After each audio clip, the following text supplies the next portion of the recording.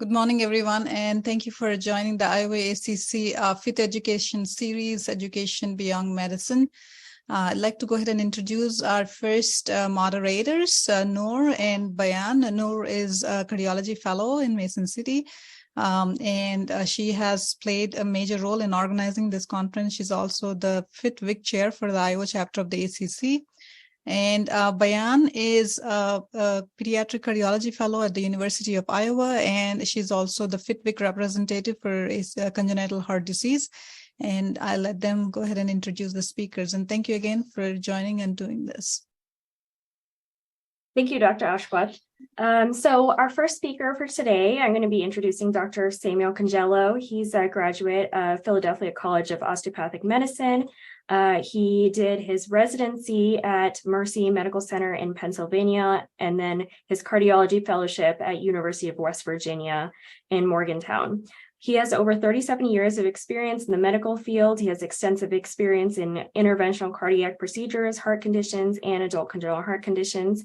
He established the cardiology fellowship in Mason City, Iowa in 2001, starting with just one fellow, and then has grown to 3 fellows every year. He also added on the Interventional Cardiology Fellowship in 2009 that he's the program director of currently. His intense passion for cardiology is exemplified by his strong community presence and continued contributions as core faculty and program director of the Interventional Cardiology Fellowship. As chief of cardiology at Mercy One Heart and Vascular Center, he has expanded the service line to include Watchman implantation, ECMO placement, and TAVR implantation. He has received the Galen Young Award and the Golden Hands Award. He holds certifications for ABIM, cardiology, and interventional cardiology. So, Dr. Congello, I'll just hand the floor over to you. Well, thank you. Thank you for having me give this talk. This is the first one I've given in 37 years. She managed to talk me into it. So I like to say this is a good time to be a cardiologist, be young, getting out of training, because most cardiologists are my age or older, 60 years old. I read an article, there's going to be a greater than 500 cardiologist deficit per year for the next several years. So it's a good time to come out and getting to practice. And everybody's working hard for all these years. So now it's time to sit and self-reflect. What do I really want? What do I really need? What do I really want to do? And that's something we really don't take time to do because we're so goal-oriented throughout our career. So I think the first thing to do is decide on what's your job, where you want to practice, because that will determine what you need to make yourself competitive. If you're going to be in the big cities, it's going to be more competitive. You have to have some way to differentiate yourself from the other people coming out of training. If you're going to be in a small community or in a small town, people are very desperate for help. If you're just well trained, they'll be happy to take you. I think if you're going to everybody's going to come out with their nuke and echo training boards. So that's good. I think CT is a very strong additive to have. MRI is good, but you have to be sort of in a much bigger center to be concentrated in MRI. I think a new and upcoming field would be very helpful, and I think make you very competitive, be cardiology, oncology. I think there's a big need for that. We have a need, and cancer is increasing in frequency and severity, and the drugs are getting more complex. The cardiac interaction is getting more complex. And I think it's a big need that a lot of places with cancer centers are going to be recruiting. I think if you're an interventional cardiologist, I think everybody likes the romance of structural, but I think the big need would be vascular besides usual interventions. I think if you look structural, that field is sort of saturated. If you have vascular experience, even vein experience, it makes you much more competitive. I can tell you that one of my recent interventional fellows, at his practice, where he went to, they turned down, and we have also turned down highly attractive candidates because they want to do structural. It's not, the need is not there. While vascular and vein is a very strong need, and you can practice that anywhere in the country. EPs, of course, Dr. GD, she and Dr. can speak to more of that, but they're hugely in demand also. A big thing to take a location when you decide where you want to go is what your significant other wants to do, because you're going to be working all the time. It's very important for your significant other to be a place where she can or he can be happy and have job satisfaction and quality of life. Because if your significant other is not happy, then you're not happy. Period. There's several types of practice types you can look at. There's the academic university center. There's a private practice. There's hospital owned, which is probably most of practice. I think 94% of cardiology practices now are hospital owned, and there's a hybrid, which is, partial owned, maybe leased, like our practice is here. I think it's important to know which one you want to belong to and how they run. I think the academic medical center is attractive because there's less call, there's satisfaction, but also the financial rewards are not as great. I think there's certain things you need to. Most important thing I feel is you need to be able to do what you enjoy and what you're trained to do. So you have to sit down and think to yourself and look in the mirror and say, what do I really want to do with my career? Do I want to be an interventionalist? Do I want to be in the office more? Do I want to have a mixed practice? What do I really want to do? And then you have to look at that practice when you look at it and say, what's the compensation like? Most places will give you a 2-year guarantee because it takes about 2 years to get your practice up and running.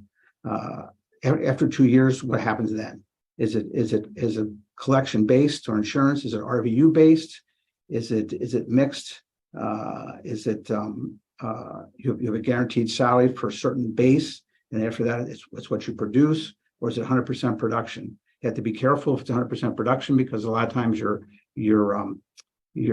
base is, your 2-year guarantee is good, and then it goes down when you're 100% has to be production based. Then if it is 100% production based, are they going to help you build and grow your practice when you come in? Is it going to be, you have 2 years, the practice you're joining is going to help you become successful, or is it completely be what you can generate on your own? Makes it much more difficult to come in a new situation and have to totally depend on what you produce. The next thing you have to look at in that practice would be, is it, how is the income distributed? Is it shared equally? Is it all 100%? Are you competing against your own partners? Is there a way that you can share and partially production, partially shared? That's very important to see. You don't want to be in a practice where you're competing against your own partners. The next thing you should look at would be what's your pay mix like? Are you based on? Is it all based on RVUs? Is it based on collections? Is it a mix? Is it certain places you have an RVU based production, which is good, and then you get above a certain level because it's hard to get, RVUs get hard to get. The higher they get, you get more per RVU. That's an important thing to ask for. It's also important to know your vacation and you get vacation time, you get CME time, you get credit for teaching and things like that. That should all be things you look for when you look at a practice of what you want to do. Also, what happens when you join a practice? How long does it take you to be a full partner? Is it set amount of time? In 2 years, I consider for full partnership. Is it a certain type of production you have to make to be a full partner? Is it you're a partial partner at so many years, and at X amount of years later, you're a full partner, and then your salary compensation to be a full partner depends on where you are in this progression. And you got to look into saying, do you have a share in outside ventures? Does a practice have an imaging center or an ASC or an office-based lab that you get to share in, to get the buy-in into that? You should also, it's important to ask when you get into a practice is, how many people have made it to partnership? What's the turnover like? Are they just having you come in and work, and then when your time is up, they let you leave and bring somebody else in, so you never get to be a full and equal partner. Important thing, are they going to help you build your practice? How much time do I have? And so, what are the red flags that you should look at when you look at any type of practice?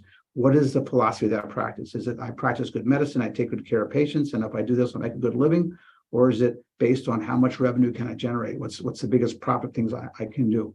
Are they following medical guidelines in their care, or is it or are they just doing things to maximize profits? So be very careful of that. Some of these office-based labs and ASC centers. Practice administration, is it run by the hospital? If it's a hospital owned or university owned practice, is there a physician input into how the practice is run? If it's a private practice, is it run by family members? If it's a mixed group, do you have to make sure there's some say, the physicians have a say in how the practice is run? And again, time to partnership. Make sure you haven't a set goal practice how you can be a full partner. This is what I have to do to be a full partner before you start. Call, is the call equal, or is it based on seniority? A new thing you have to watch out for is these private equity practices. A lot of these private equity groups are taking over cardiology practices, and it's very good for the senior partners, but not very good for the junior partners. They make the senior guys get a big buy-in, and then they're run by a private equity group, which is always based on profit, not on care or patient considerations. What else can I think of? It's also one of my fellows just finished said it's very important to have an outside consulting group review your contract. It's made a big difference in his. He gave me the name of a group. Anybody can contact me afterwards, and I'll give it to you. I made it in 10 minutes. Okay. Thank you so much, Dr. Congello. That was really good. Our next speaker is Dr. Michael Spooner. He's a staff electrophysiologist, invasive cardiologist, and program director of the Mercy One North Iowa Cardiovascular Fellowship Center in Mason City, Iowa. He currently serves as an at-large member of the Society for Simulation and Healthcare Board of Directors, as well as co-chair of the ACC Simulation Work Group. He helps to lead simulation activities for the ACC. He also serves on the Lifelong Learning Oversight Committee and the Virtual Reality Training Technology Work Group. He was previously served as co-chair for the 2021 International Meeting for Simulation in Healthcare. He's involved in simulation education for 15 years. He continues to balance his time as a full-time EP with interest in invasive cardiology, and is a member of fellowship faculty at Mason City Clinic. Prior to retirement from the U.S. Navy in 2020, Dr. Spooner served as director of the Healthcare Simulation Bioskills Training Center at the Naval Medical Center in Virginia. In his military capacity, he was instrumental in coordinating and expanding the Navy's involvement in a broad range of real-time, high-fidelity medical simulation events for pre-deployment trauma in U.S. naval warships, obstetrics, code blue training, primary care skills, for physicians, nurses, and corpsmen. As a board-certified and practicing EP and invasive cardiologist, Dr. Spooner's personal interests and contributions vary from analyzing rare cardiac electrical abnormalities, developing and studying simulation skills curriculum for independent practitioners, and improving education, heart rhythm monitoring, and surveillance. So, Dr. Spooner, I'll hand it over to you.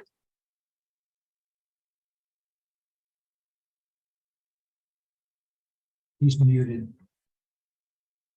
Okay, thanks, Nora. Sorry, I saw the mute there. Yeah, thanks for the introduction. And then I'm going to screen share here, try to.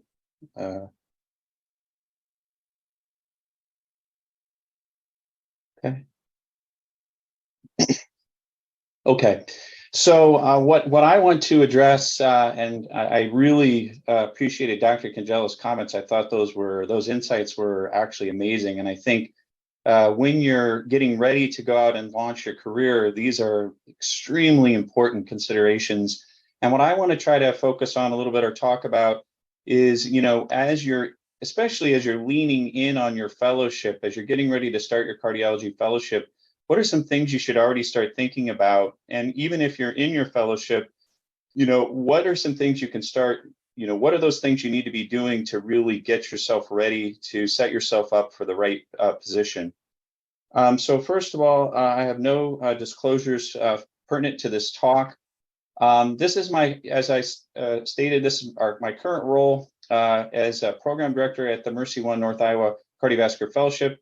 This is the fellows that we lead on a day-to-day basis, and it is an incredible experience and opportunity. We're really, I think our fellows get great experience here, and so some of these insights I think are based on what I have seen in my own career, but also in my work with the ACC, and also in helping with our fellows and looking forward to their careers.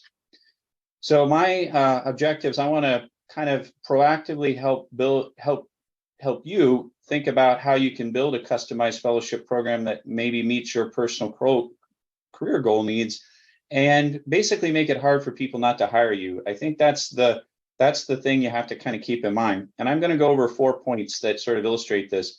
So as I go back to early on, I always remember, of course, we remember the 7 habits of highly effective people. And of course, one of those, the habit 2, I always keep coming back to this, but really begin with the end in mind. So, begin with the end in mind is based on imagination, that ability to envision in your mind what you cannot see at present, with your eyes. It's based on the principle that all things are created twice. There's a mental first creation and then a physical second creation. So this physical creation follows the mental, just as building follows a blueprint. So my question is, when you're leaning in on your career, especially early on in your fellowship, you have to really think about, who do you want to become? Dr. Congello touched on that a little bit. What brings you happiness? What do you really enjoy? What do you hope to achieve in your career? Where do you want to see yourself even in 3 years? So, and when I say this, be very creative about it. One of the things that I found is that, my involvement in simulation was something I never would have perceived to be a key asset in my cardiology career. But creatively, it came into play very early on, and I was able to use that interest as part of being a cardiologist with an interest in that particular type of education, and it has kind of differentiated myself in that way. So, be creative about how you could see yourself in 3 years. What are your interests, and how could that enter into your career? So within cardiology and ACC, I think there's a lot of really emerging career paths, and they're very interesting. And these are some of the more defined ones right now, I think, or becoming defined.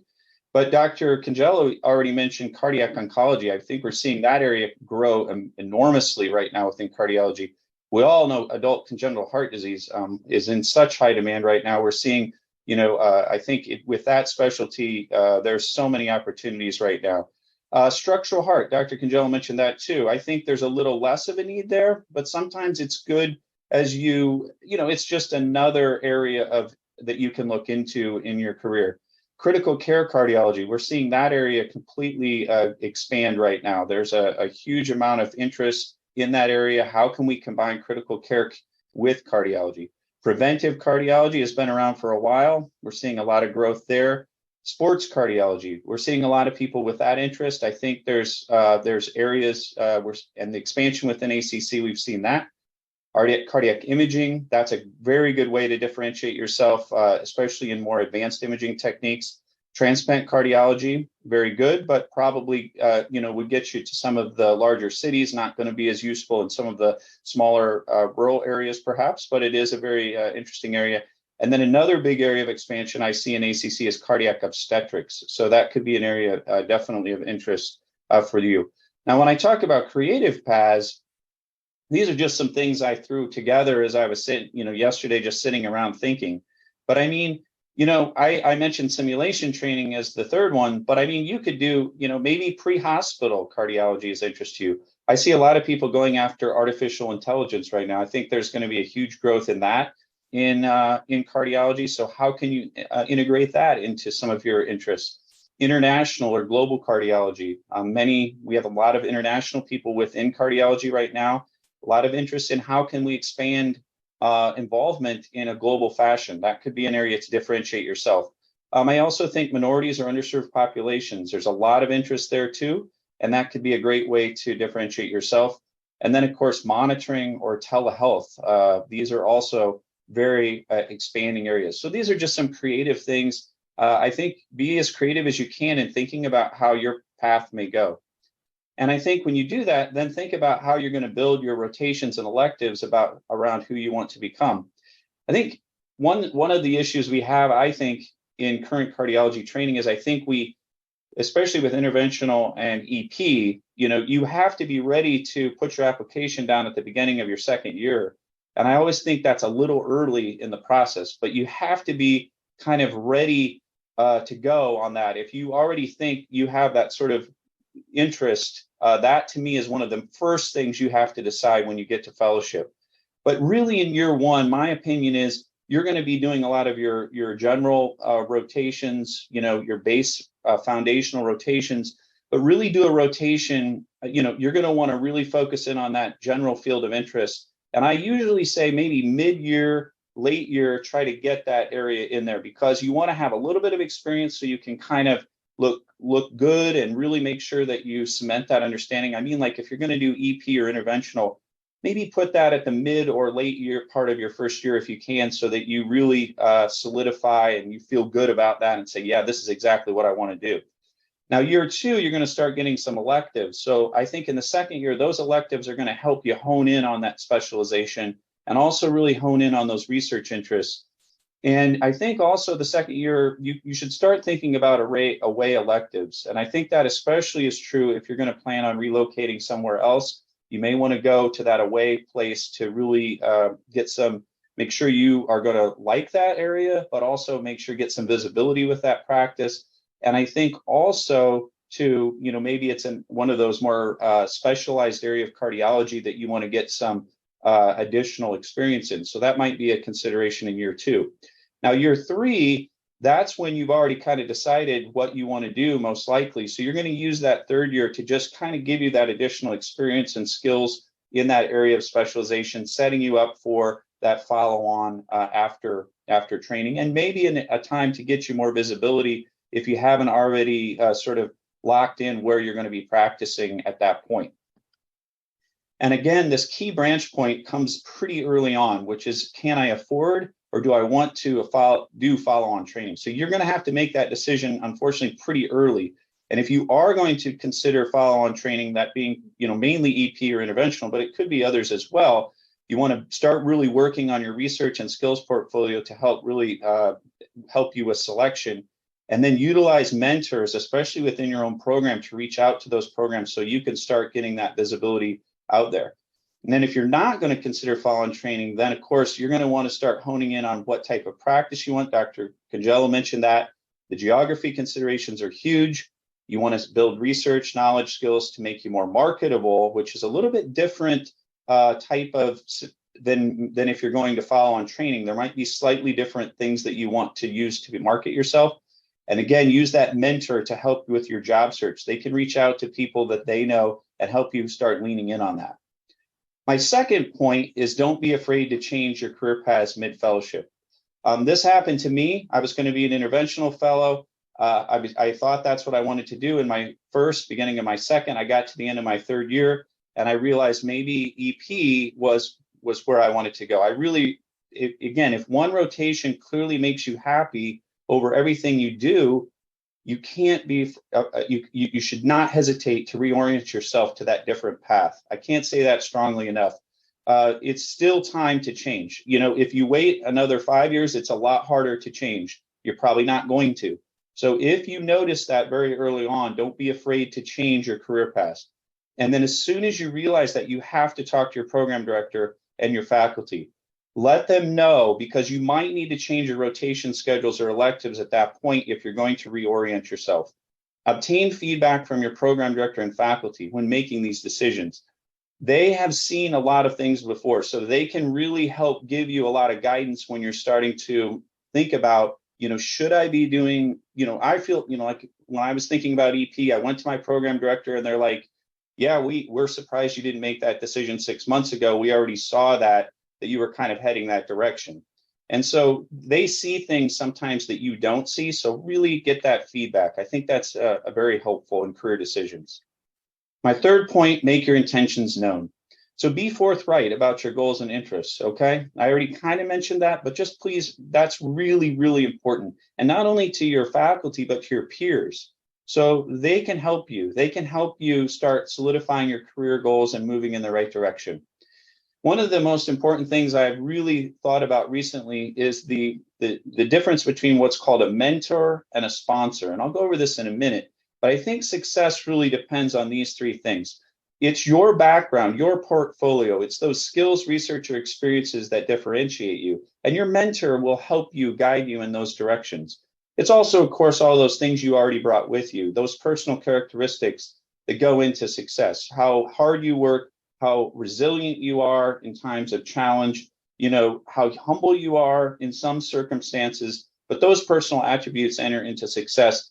But the third area is so critically important that I just think it has to be restated. You have to have people who are going to advocate for you, people who behind the scenes are going to be talking about you and help guiding you and saying, or in the back room say, this person is a great person for this position, this job, and we really feel like they would be the right person for you. And that gets into mentorship versus sponsorship. Again, I'm a little short on time, but this is a very important area to understand. Mentors help guide you and lead you. They help give you ideas. They help foster, as you're going down your career, make sure you're getting the right experiences. Whereas sponsors are those people that are behind the scenes, who sit in the boardrooms, who say, I know Dr. Congello. He is an outstanding individual. He would be perfect for this position. He has shown these areas in the past. I have worked with him. He never stops. His drive is there at all times. So that is so important as well. And you will have both of these people, and you will identify both of these people, and you will become these people for other people. So just really think about that. And if you haven't had a chance to look into this concept, I really invite you to look into it more. And my final thing is consider how you can differentiate yourself. Dr. Congello said this earlier. So when you think about it, one of the first questions is, what makes your fellowship program special? That will help you decide how you can differentiate yourself. And that maybe means your fellowship has a lot of procedural volume. Maybe there's specific mentorship opportunities within your fellowship. You have a guru, a hypertrophic cardiomyopathy specialist there. Maybe you have a specific research opportunity. So how is your fellowship special? And then, so that can be one area to differentiate, how to differentiate yourself. But second area is what skills, knowledge, or research will make you stand out in your specialization. And again, be very creative. If you're thinking sports cardiology, maybe you want to work with a local college or high school athletic trainer. Maybe you want to grow imaging modalities. Maybe you want to be more of an education type of person. So these are areas that can help you stand out. So my 4 points: begin with the end in mind. Don't be afraid to change career paths mid-fellowship. Make your intentions known, and consider how you can differentiate yourself. So thank you. Thank you, Dr. Spooner. That was a fantastic presentation. We'll have questions at the very end. Our next speaker is Dr. Michael Giudici. He's an emeritus professor of medicine and former director of arrhythmia services at University of Iowa Hospitals and Clinic. He graduated from the University of Iowa College of Medicine after serving as a primary care physician in the U.S. Air Force in Virginia and New Jersey. He completed his cardiology fellowship at Thomas Jefferson University in Philadelphia and took additional training in interventional cardiology and EP at University of Missouri before returning to Iowa in 1989. He established the cardiac EP program at St. Luke's Genesis Medical Center and practiced there for 23 years before joining as faculty at UIHC. His research interests have included new therapies for atrial fibrillation, new pacing techniques to improve cardiac performance, and new device implant techniques. He implanted the first transvenous 5-ventricular pacing defibrillator in the world in 1999. He also pioneered new implant techniques to give women pacemakers and defibrillators with no visible scar. He's participated in over 100 clinical trials and has published and presented over 350 papers in medical journals and at national and international meetings. He served at faculty at both European and North American heart rhythm scientific sessions since 1994. He's been named the best doctor in America annually since 2006 and received the Lewis January Teaching Excellence Award for the UIHC Division of Cardiology in 2015. He's a regular guest on Relevant Radio Network's On-Call Medical Phone-In show, answering questions on cardiology and rhythm issues. He's a retired professor emeritus from University of Iowa Hospitals in June of 2020 and has been helping out at hospitals around the country and lecturing to cardiology trainees and physicians. So I'll hand the floor over to you. Thank you. Can everybody hear me and see me on the screen? Yes, we can hear you and see you. We're good? Okay. Yes. Well, I think this is going to work out very well because I think we're all talking about slightly different things that are all very relevant. Disclosures are these. My wife is also a doctor, and none of our children went into medicine. And there are reasons for that. And going back to what the two previous speakers have talked about, especially Dr. Congello. I'm going to talk a little differently. I'm going to talk more about what do you want to do, a little more what Dr. Congello talked about, but depending on what you want to go into and where you want to locate, has a major impact on your life. I wanted to practice in Davenport, Iowa. That was my hometown. And unfortunately, the only practice in Davenport, Iowa was a practice where you were on call 24 hours a day. You covered multiple hospitals. You saw every patient that showed up in the emergency room that had anything going on between their pelvis and the top of their head. And my life was hell. It really was. After a month practicing here, that I trained all these years to do, I sat on the couch and cried, and my wife and I discussed whether I should go back and become a radiologist. But I stuck it out and arranged things and recruited new physicians and built a practice that went from 3 doctors to 38. And but eventually, just fortunately, was offered positions elsewhere in a more academic setting. And in 2012, I went to the University of Iowa. And that was such a breath of fresh air. Now, Dr. Ashworth can say, you thought the University of Iowa was a breath of fresh air? It's a very political milieu, et cetera. But compared to what I was doing, it removed 90% of the stress in my life. And being able to work with the fellows at that time in my career where you weren't competing with them, a young person coming out may feel a little insecure, but after practicing for 20 years and, all the things that we've done in research, et cetera, it was very nice to have new kids now that my kids were out of the house. So you have to decide what you want to do. If you want time for family, if you want to publish, if you like writing, if you want to travel to meetings and not have to worry about calling into your practice 3 times a day.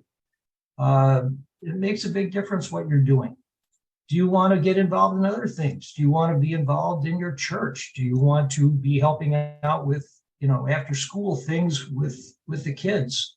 Do you want to be involved in community? I was involved in many different organizations in the community.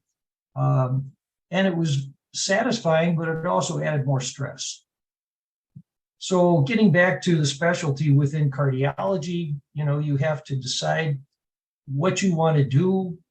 And for example, if you're interested in electrophysiology like I was, are you more interested in the cerebral aspects of electrophysiology? Are you more interested in being an interventional electrophysiologist, heavy in catheter ablation and all kinds of, crazy stuff? Or are you more of a device doctor and practice accordingly?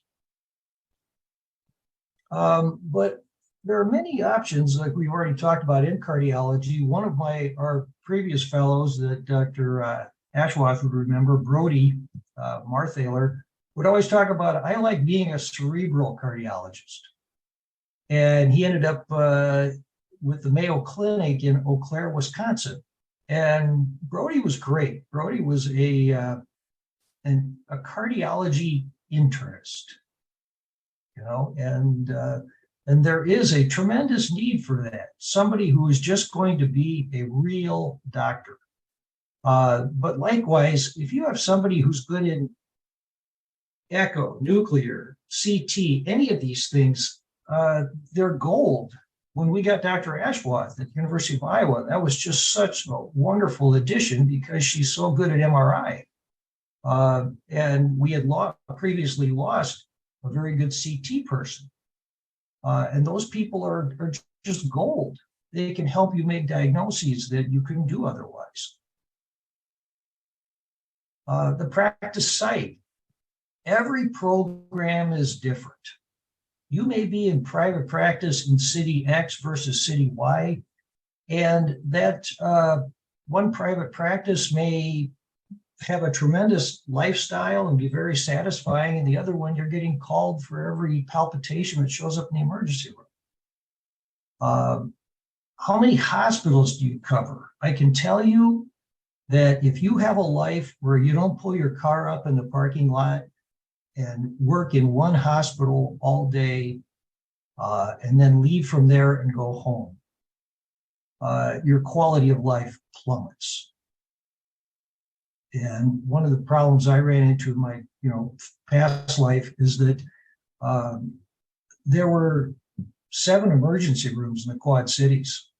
And if you were on EP weekend call, you were covering every one, and you had to make rounds at every hospital.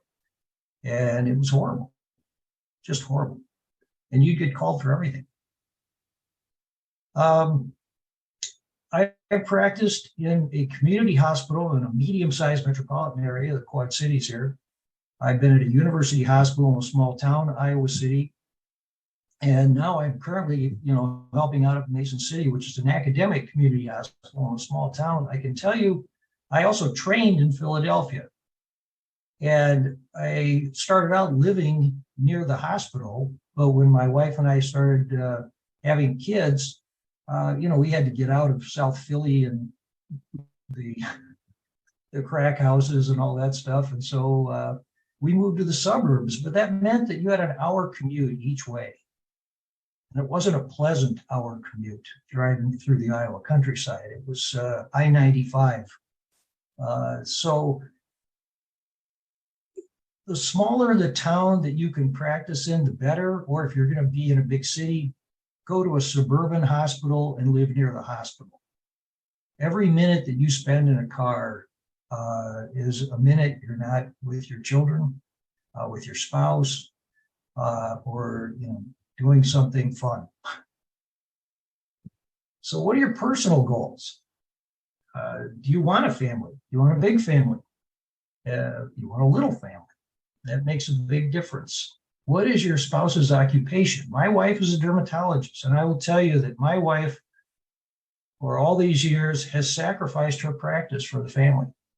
She always practiced pretty much part-time. And even when she went in every day, she went to the office after the kids were off to school and was home by the time the kids got home. So, if you are married to, if you're an interventional cardiologist and you're married to an interventional cardiologist, you're going to be, have to figure out how that's going to work, because something's going to have to give. I think that's about it.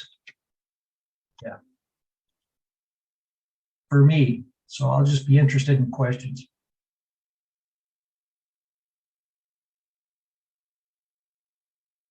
Okay, thank you so much, Dr. GGT. One of our last speakers might not be able to make it, so we can just head into the question and answer portion of this. So one of the questions that, for the participants that are on, feel free to unmute yourselves and ask questions, or you can ask questions using the chat box as well, and I can read them out. So one of the questions that we had was, what is the best way to get a sponsor or a mentor, and how should you just let that relationship naturally develop, or should you go up to someone that you think might be a good person to ask? How should you start that conversation? So, I can start, since I'll start by addressing it. I think, so mentors you're going to have tons of mentors. I think mentors are easier, so to speak. And a lot of times you're assigned a mentor when you get to fellowship. Most programs are doing that these days. But you also need to be seeking out mentors. So as you come into your fellowship, you're going to identify people who have similar interests. Some of those are faculty members. And you need to go to them and say, hey, you start asking them questions. You start saying, I'm really interested in what you're doing, or I have this research project I'd really like to do. Do you want to, could I work with you on this? So I think that's how mentors sort of happen that way. Sponsors are a little harder. Sponsors, I think you don't always even know who your sponsors are, so to speak. Sponsors happen sort of organically as you establish yourself. and people observe what you do and how you work. And sponsors, some of them are close to you, some of them are far away. There are people within ACC who maybe know me for something I did or didn't do. And those are the people behind this. And in my military career, I would say the same. There's people, you wouldn't progress in your career without people who knew you, and you don't know when those people are going to show up and in the back room of some, discussion, speak up for you. But I'd be interested in what our other speakers thought too. I would agree on the mentorship. I think that, but I've been approached many times by residents and fellows, especially at Iowa. The hospitalists were always seeking mentors because most of the cardiovascular hospitalists were looking to eventually become cardiology fellows somewhere, and so they would kind of latch on to somebody and work on research projects and develop things that could be published and just improve their resumes. So I think that most faculty members in your fellowship are very open to that. That's one of the reasons they're a faculty member of a fellowship. And so if you find somebody that you get along with personality-wise, or has the specialty that you're interested in pursuing, certainly see if they would help you out. And I'm sure that that's why they're there. I think, mentors is important because I think for me, it's a moral responsibility to train other people because somebody trained you. And I think that's one of the reasons why we started a fellowship. I think as sponsors usually find you, you don't find them. I think if somebody will see themselves in you or like what you do, and they'll be your advocate behind the scenes. So I think to get a sponsor is to be the best of what you can be and do the best of what you do. And the sponsors will find you and help you along the way behind the scenes, pushing you not even know it. Okay. Thank you so much. Our last speaker actually managed to join, so I'll just go ahead and introduce her. So this is Dr. Fahmi Farah. She's an invasive cardiologist at Bentley Heart in Texas. She's also the founder and president of Bentley Heart Medical Center. She's authored book chapters and articles in the field of cardiovascular disease. She's a philanthropist who has been working towards the betterment of society by providing people with intricate care, education, and research. She has been accorded the Texas Tech Alumni Award in 2021 and acknowledged as top cardiologist by Fort Worth Magazine. In December 22, she was given special recognition by Texas Tech School of Medicine, and is the founding member of the Dr. Farah, Dr. Burke Scholarship Foundation. She's a trained competitive ballroom dancer and holds interests in scuba diving, painting, singing, and motivational speeches. She's given more than 300 media appearances, including with CNN, ABC, NBC, Fox News, Forbes, and Washington Post. So I'll just hand the floor over to her. Thank you, Dr. Suba. It's nice to meet all my other esteemed colleagues. I'm truly honored to be here today. So I'm actually going to have a very, informal discussion today about something very relevant that our fellows often miss out on in terms of, it's going to focus on job search and the practical life once you're out of fellowship. So kind of going to divide it up into two groups. One is those who are interested in going into academic practice and those who are interested in going into private practice.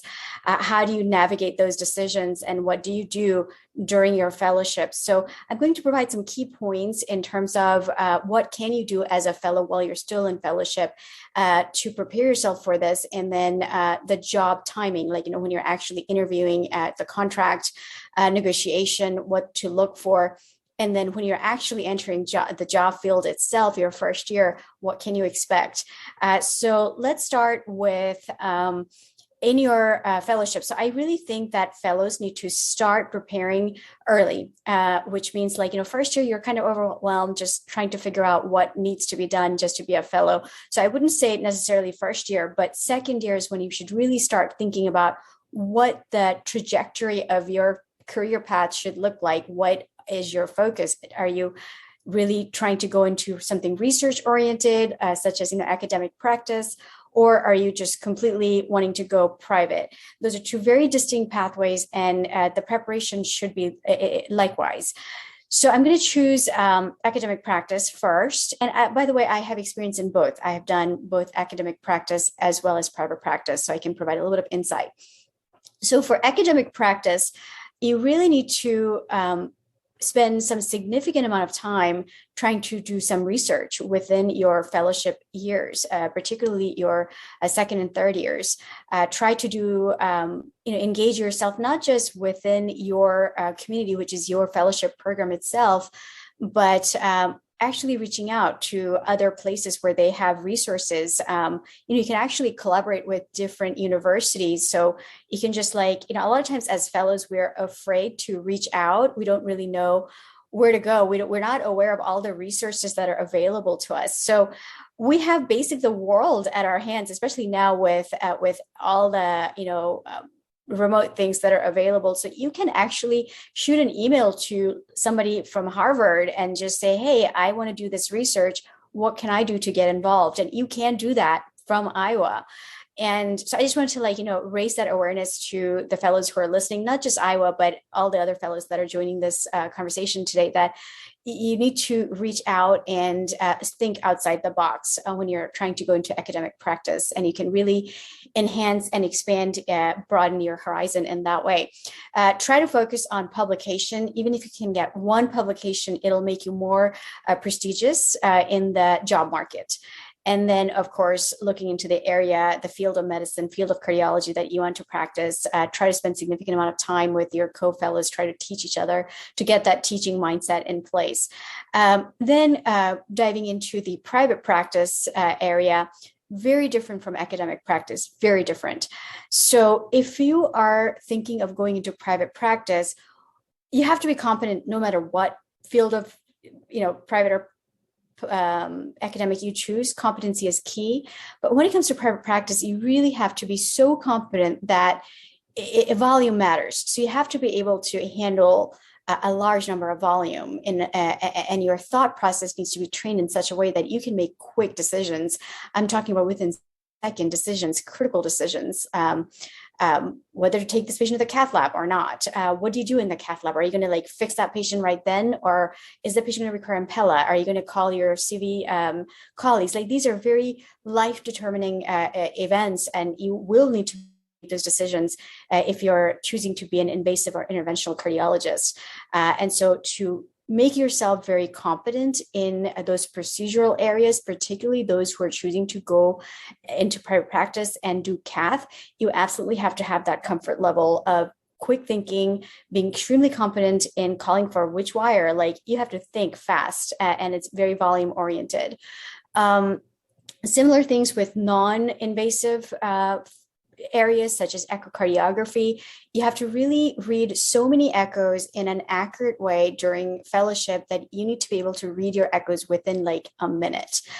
For the most part, less than a minute if you're going to a really busy area. So I'm just drawing your attention to the reality of where it is when it comes to private practice. You really need to utilize your time during fellowship to train yourself to be able to handle that. And that volume in many places starts in, day one in many private practice areas. So there are some places where you'll go in and you'll have to build your practice so you have that cushion of ramping up slowly and getting used to that ramp up. But in many places you don't have that. Day one, you'll be given a lot of things to do, and you have to come up with these decisions on your own. So not trying to scare you, just trying to give you the reality of where it's at when you do get there. I do want to dive into, that's kind of my spiel on what to do during fellowship to train yourself for either track. Now coming down to choosing a job. So what are the things to look for when you are actually interviewing? So very key questions. A lot of times the money is a pitfall, is what I'm going to say, for first year fellows who are trying to get a job. So a lot of places, they'll throw a large number of money at you as your salary. And it sounds very enticing, and it's a trap oftentimes because, coming out of fellows, we just choose that. We don't really see all the things under that umbrella, and we choose that. And then we it's not a good option at all. We realized that a little too late.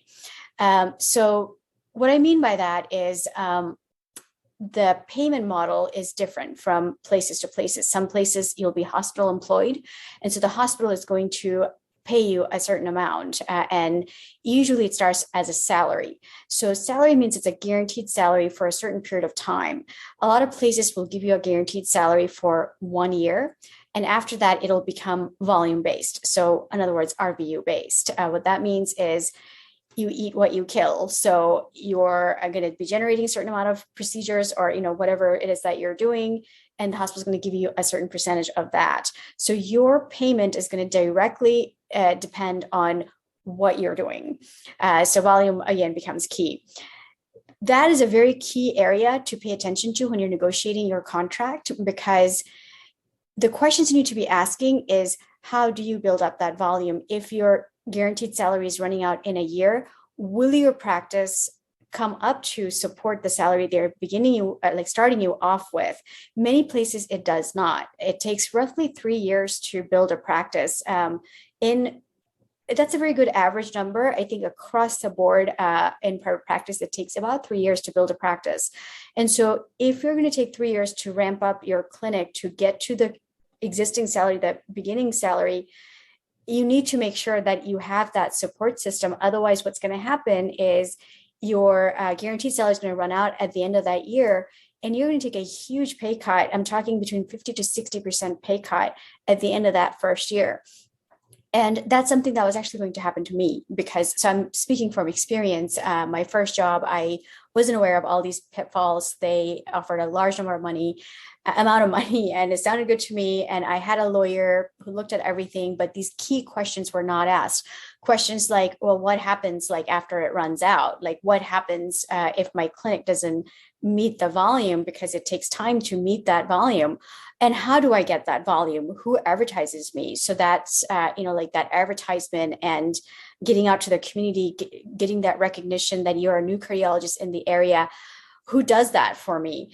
So all of those are very, very key questions that we as fellows are not aware of.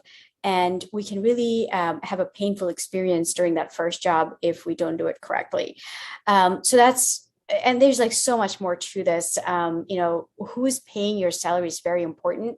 I will say there are two different models in the private practice arena. One is the model I just described, which is the hospital directly employs you and pays you.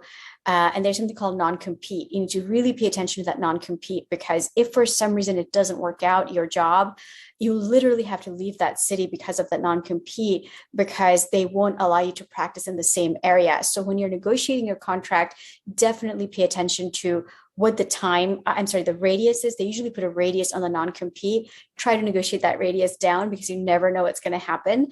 Otherwise, you may have to leave that city or to be able to find a different employment, which could be problematic for people with families, kids going to school, spouse jobs, and things like that. The second model, that's actually the more wider model now, is the groups are separate from the hospital. They have a symbiotic relationship between the hospital and the group, but the group employs you plus the hospital pays for you. So even though the group is employing you, you're completely obligated to fulfill the contract that they created for you. But additionally, you have a second contract from the hospital, because the hospital is actually the one who's supporting your salary.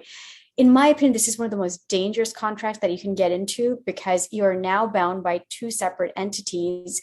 They kind of own you, and until that contract runs out. And if for some reason things don't work out with this group, you now have to not only deal with the group, but you also have to deal with the hospital. So they'll have it's a very complicated situation. And so there are a lot of pitfalls with that.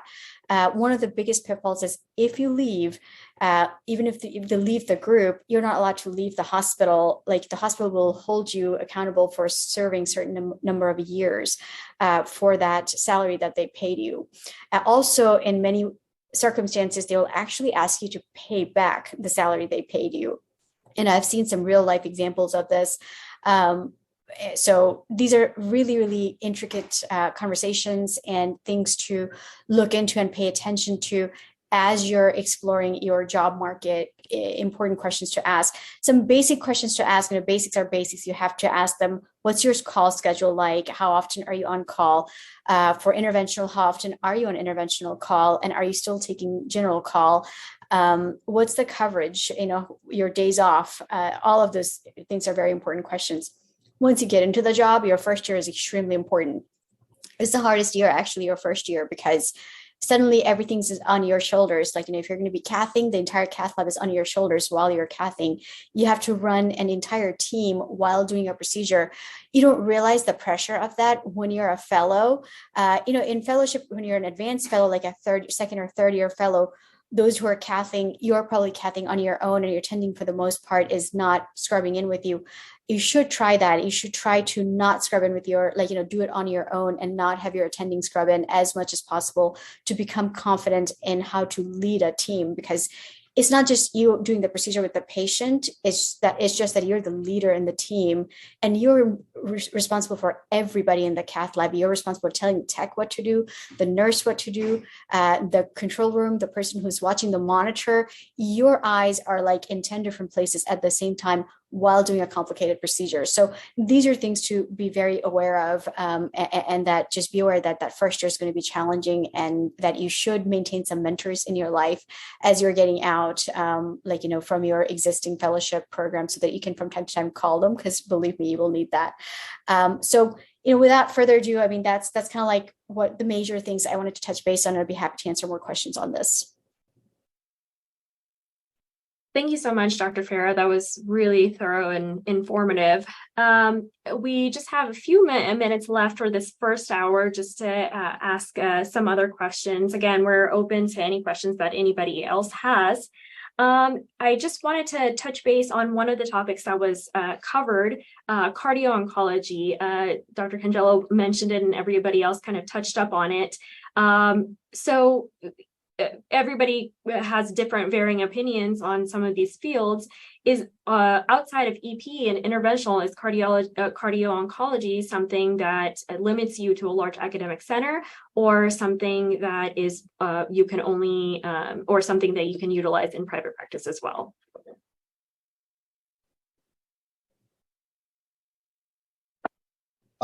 I think I'd like to hear Dr. Congello's comments, but I think you can utilize it in both. I think there's a growing amount of oncology in the community setting. We're seeing that. We would love to have, I think, that level of expertise here. So I think you could say both. I'd be interested in others' thoughts. I think so. I think if you're willing to do a little general cardiology, surely till it got started, I think oncology is a growing field and getting more complex. I think a lot of communities that have cancer centers would be happy to have a cardiology oncologist. It'd be very, very, very remarkable in any size town. I'm sure we'd love to have one in Mason City. I'm sure. And like any other practice, it starts out just you don't think you're that busy. Next thing you know, it grows and it consumes all your time. So I think it'd be a strong field. It's very early, and it's only going to expand. It's only going to expand as the new biologicals come out and how they interact. And it's going to be a growing field. I think it also has nice time constraints. There's not a lot of cardiology oncology emergencies, so I think it'd be a nice lifestyle for people to look into. Okay, thank you. And then one of the other questions is, when you're discussing contracts and things like that, when is the best time to ask about salary, and when you should ask about buy-ins in terms of imaging and things like that? So at what point in the process should you ask those questions, or should you wait until a few years in when your partner to ask about buy-in to the cath lab, or buy-in on shares from imaging and stress testing and things like that? These are things you should talk about very early in negotiations. You need to know, what your future is going to entail. My salary is based on this, but what other opportunities do we have? You don't want to find out 5 years into your practice that you can't own part of the PSA, you can't own part of the imaging center, you can't be a partner in the office-based lab. These are important things I think you need to know from the get-go.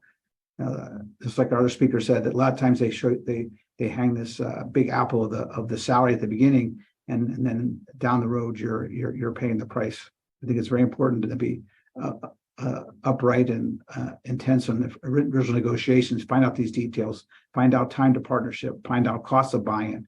Find out what other revenue streams they have and how you can be related to them. What it is to become a full partner. Is it a partner at 2 years equal salary, or some practices you're a partner at 2 years, but it's 5 years so you get to share in these other revenue streams. So I think those are important things to know from the very beginning. Anybody else have any? Any other thoughts from? I agree with that. Yes. All your negotiation, like what's on the table, should be discussed at the very beginning, so there are no surprises. And you also know what to expect for partnership.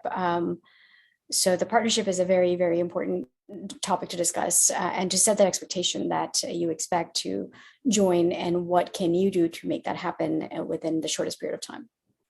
I think one area you can to really get at that is if you can get the names of people maybe who were in the practice, have either retired or left. Sometimes they have a lot of insight into that about, hey, this was an area I ran into 2 or 3 years into the practice, or really talk about this early on in your negotiation. These what I'm being paid per RVU was very low.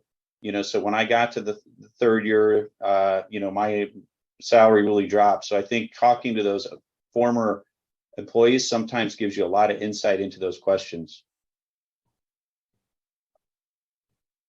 I think it's also important. Some practices you might see people never get to be a full partner except a senior partner, and that's always a red flag. I think, especially sometimes with the foreign medical graduates, to get their green cards or their citizenship, they're just sort of used as just turnover to help the senior guys make the max amount of money, with never any plan to have them become a full member of the practice. I think it's very important to search people out who might have left and say, why'd you leave the practice? But in our practice, we often give names of former people to talk to, say, you can talk to this person to find out why they left, to get an idea what our practice is like. I have one question, since a few speakers has mentioned about career path after starting your first job as a private and then transition to academic. I just wondering what some of the approach what the challenges you have found, and what you found, especially family commitment, geographic location, or transition. How did you approach that? How you make it possible and able to transition from private to academic later on in life? It was something interesting to me to hear about. All right. Well, that was me. I was in private practice, but while I was in private practice, I always had a research interest. And so I published a lot and presented a lot. And so when the time came where I was looking to do something different, I was approached actually by the doctors at Mayo, and then I got a call from the chief of medicine at Iowa at the same time, which was interesting, asking if I would have an interest in coming over to an academic center. So I had an academic resume. And so while you're in practice, that would be one thing I would bring up, that even if you're in private practice, the more research trials you're involved in, the more abstracts that you would do with other people or by yourself, just pads your resume and raises your visibility in the academic community. So if anybody has any comments on that. Well, and there's a situation where your advocates are going to be critically important. What I think Dr. Jishi's alluding to is he had advocates, people he knew at the University of Iowa or at Mayo that knew the work he had done. He'd been visible enough that they actually reached out to him. So I think, that's going to be really important if you're making that transition, is people who know who you are, what you bring to the table, and having, especially some resume that goes with that. Thank you so much. Thank you all very much. I mean, that was an amazing session, great advice. And since we have all of you here, again, this is going to be recorded and shared on our the Iowa ACC YouTube channel. We have, more than 700 subscribers, mostly who are fellows and house staff. So any parting words of advice, maybe guiding principles for you in life or whatever, one or two from each speaker. Also, I wanted to mention a fun fact, which both of them didn't mention. Farah and Noor are sisters. So we have a cardiology sibling duo over here. So kudos to them. Dr. Spooner, if you want to talk with, Yeah, I would just say, I guess what immediately came to my mind is be true to yourself. Learn who you are, know what you want to get out of things, and try not to deviate from that. Because if you do, you're not going to be happy in the end. So don't let salary or other little, shiny objects distract you from what you really want to get in life, and hold to that. And I think that's what's going to lead to a successful career. Awesome. Thank you. Yeah, I would echo that, and I would also just once more reiterate that time is so important. Time is your most precious quantity besides your family, and so some of these places everybody, young people seem to like to migrate to large metropolitan areas. It seems so attractive, but they aren't. You get there and you have the same thing wherever you go. There's the same restaurants, the same shows, the same anything. And a 5-minute commute to the hospital versus a 1-hour commute to the hospital is such a huge thing as far as getting to your kids' soccer games or your after school functions, or just getting home and having dinner with your family. So that's what would be my comment. I agree with both of them. Also, my mother and father were both physicians, and talking about women in physicians, my mother graduated medical school in 1944, which is not very common. And they had 2 words of wisdom, and they both said to me, do not talk about salary. The point they always made is, if you practice good medicine, you'll make a good living. It's not about making a living. And secondly, remember the patient is your employer and treat him as such. And if you don't do those things, you will be successful. Never put success in front of the patient care. Awesome. My parting advice would be, the biggest one is time management and finding that balance, work-life balance. I think in the field of cardiology, no matter what it is, like whether you're a general cardiologist or interventional or EP, it's a challenge, the balance of life and work balance. So I want you to know that sometimes coming out of fellowship, we think that our practice has to be a certain way. It's the way the hospital is telling you it has to be, and it doesn't. You get to choose your way of your practice. You can set up your practice to be any way you want it to be. You can do as much clinic as you want to. You can have as much variety in it as you want to, or as little clinic as you want to.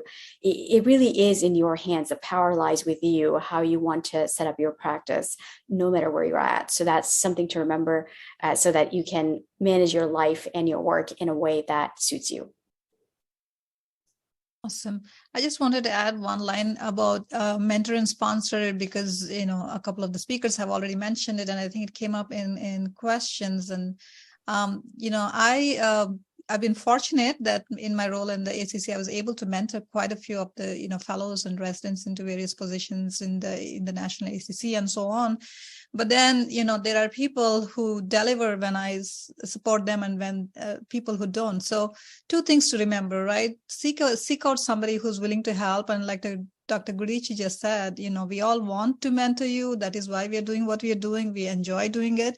So seek out people who match with you, but then when you seek them out, make sure you deliver on your promise. So then I sponsor a lot of these people too, but people I know who will do the work when they go and do the next step, because I don't want to look bad to somebody else for sponsoring this person who hasn't delivered, right? So 1, show up, show your interest, express your interest, but 2, make sure you deliver on it. And I'm going to point out Hunter, who's on the call here. He's an intern, and we know how life of interns is, but he's working on a book chapter, and he delivers to me in 2 hours, whatever I asked from him. So make sure you show your interest, express your interest, but please follow up also. So 2 things which will help you move forward. And then I'm going to thank all the speakers for these amazing talks. This is great pearls of wisdom. And move on to our next session, which is going to be moderated by Noor and Bayan. Thank you, Dr. Mahi, and thank you for the fantastic talk from all the speakers from the first session. We are moving to the second session, which will be discussing how to maintain a good life balance. It's a very interesting topic for all the fellow and the new career cardiologists, like especially growing a new career and growing a family at the same times. And they will talk about how to prevent burnout and how to get involved in the society. And the 2 speakers, we will start with Dr. Subhasini Lakshmanan. She's a second-year cardiology fellow at University of Iowa Hospital and Clinics. She completed her internal medicine residency at University of Massachusetts with a master in clinical research at Brown University of public health. Prior to joining her cardiology fellowship, she completed an advanced imaging and research fellowship in cardiac CT and Landquist Institute in Harbor, UCLA. In the interim of this talk, she is currently served as a member of the ACC Preventive Cardio Leadership Council and early career co-chair of the Academic Society of Preventive Cardiology. She is also a member of HA FIT program committee and early career member of the first committee for Society of Cardiovascular CT. She served as a WIC representative of Iowa ACC and also a FIT representative of the ASPC Board of Directors. Thank you so much for joining, and I will handle the mic to you. Thank you, Bayan, and thank you, Dr. Ashwath, for the invitation, and thanks to all the speakers at the previous session. It was an amazing session. So I was invited to speak on the involvement in scientific and leadership councils in cardiology for fellows in training. So I will go ahead and share my screen.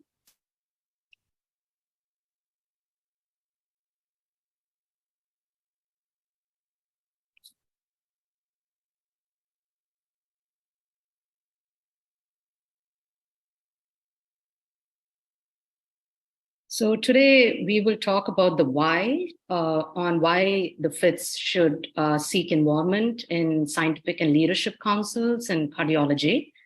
I have no financial disclosures relevant, but I am a member of a few councils that we will be discussing today.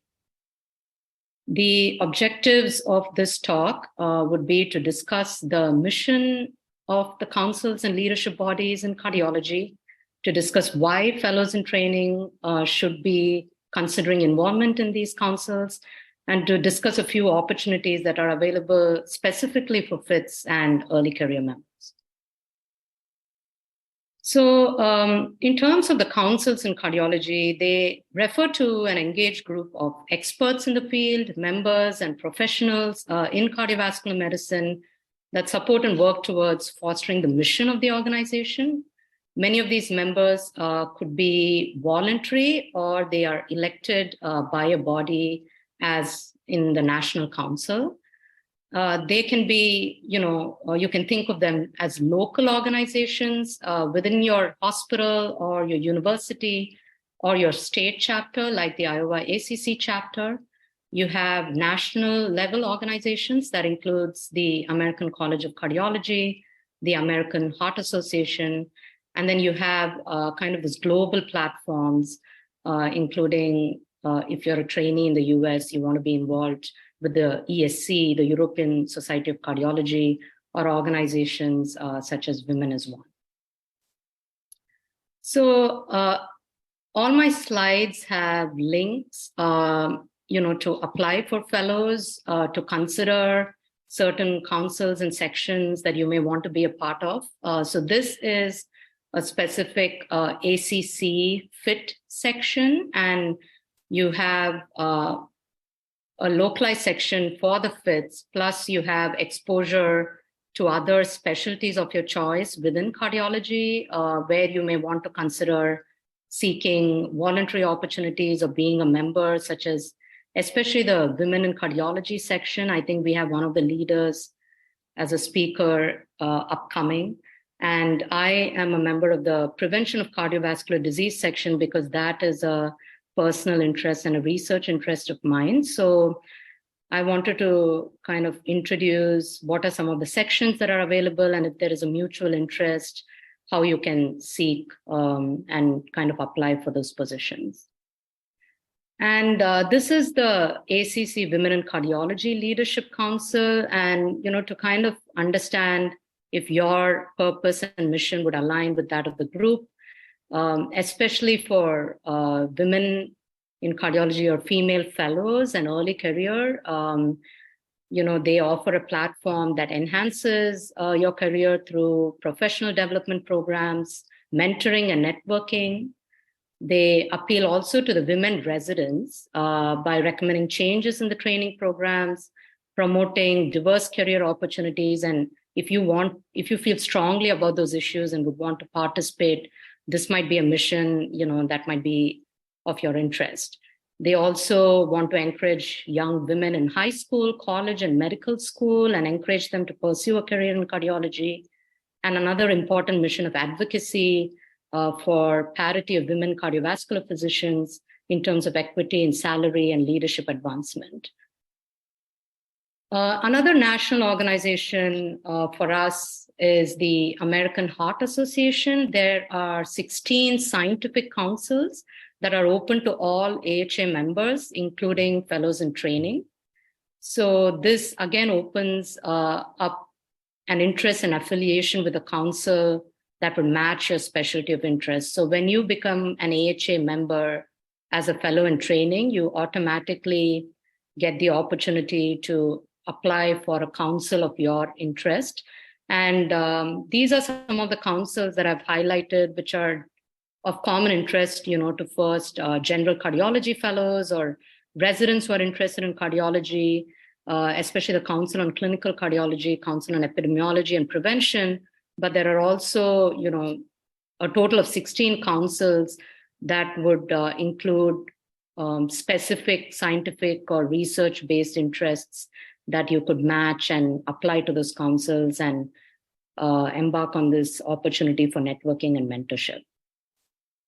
So there is also a specific, apart from the scientific councils, we have a FIT section. The link is below on the slide. And they have specific kind of national level opportunities offered to FITs. You can participate as a trainee reviewer, as a volunteer contributor to the AHA's Professional Heart Daily. You can participate in your council and create content towards development of scientific statements and guidelines, and also develop and execute FIT programming at AHA scientific sessions, which I'm a part of. So this definitely, builds your portfolio and resumes to advance your career. You learn critical and cutting edge skills and knowledge that is developing around the country and around the world. And it also provides FITs to gain exposure through the AHA website, social media, sessions, conferences that just opens up more networking and peer mentorship and expert mentorship opportunities.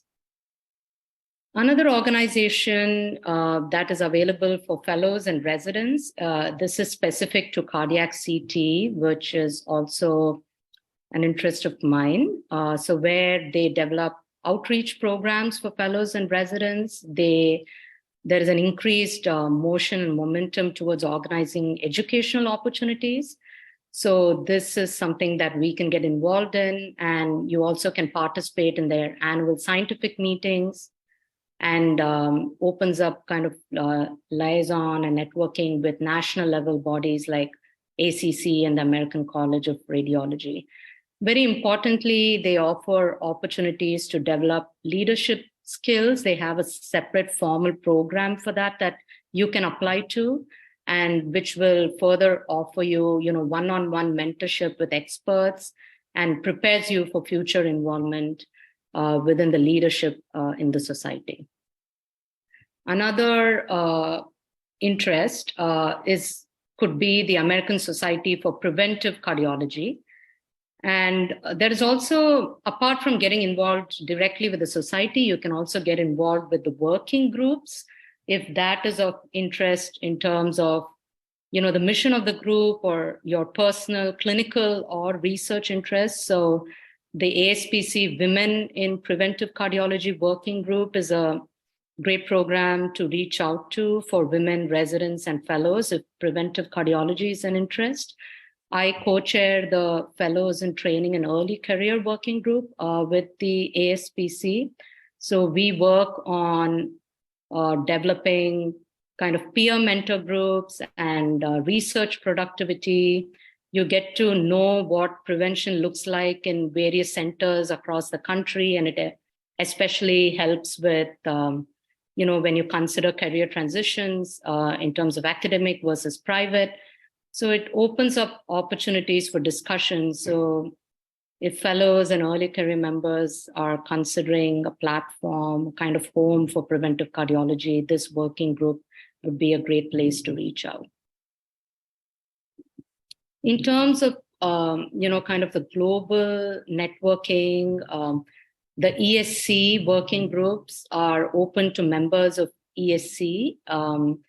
They have very specific dedication. They contribute to the scientific meetings, research in their specialty. You get to participate in their registries, focus studies, consensus documents, and also organize workshops. So these are also some opportunities in kind of the global level, especially for advancing your research interests.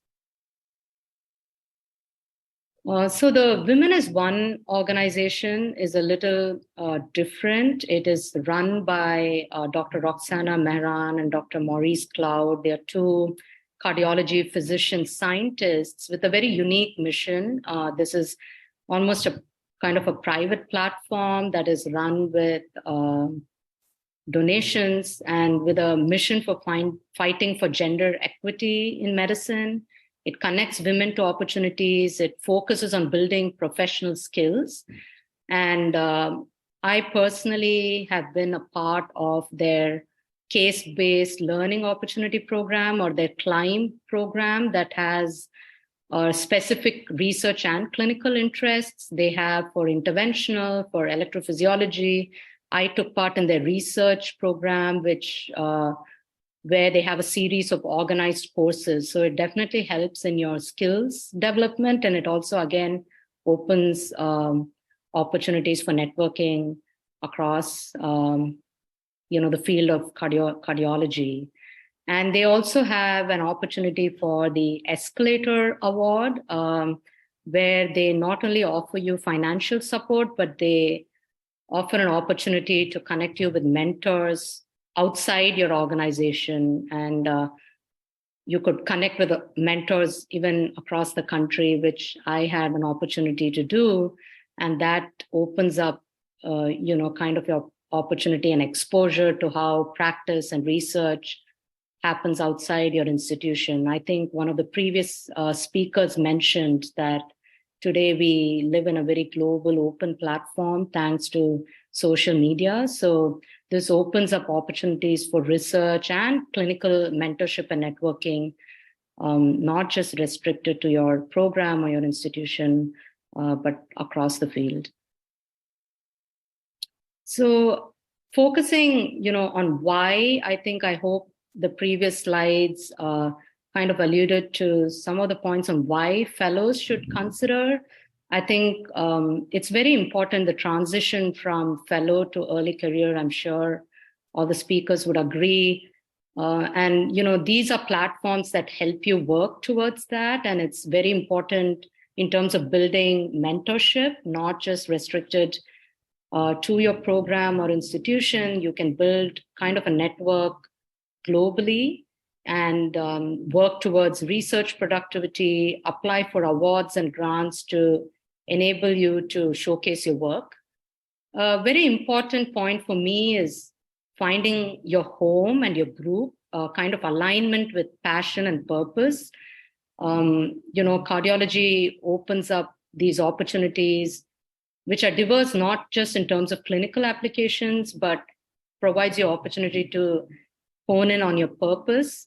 So I find that advocacy efforts that I was engaged in with Dr. Ashwath as part of Iowa ACC, or the women in cardiology efforts, both at the local and national levels, if these are something that we feel passionate about, it's definitely worthwhile engaging with that community and investing and growing your purpose.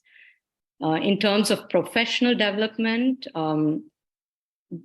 programs such as the CLIMB program with Women as One offer you an additional platform apart from your fellowship training to build your competence, your skills, and also very importantly, as a fellow and early career, these platforms open up opportunities for developing your leadership skills and development, both in terms of just the process of being engaged with them, but also in terms of the formal opportunities that many of these councils provide.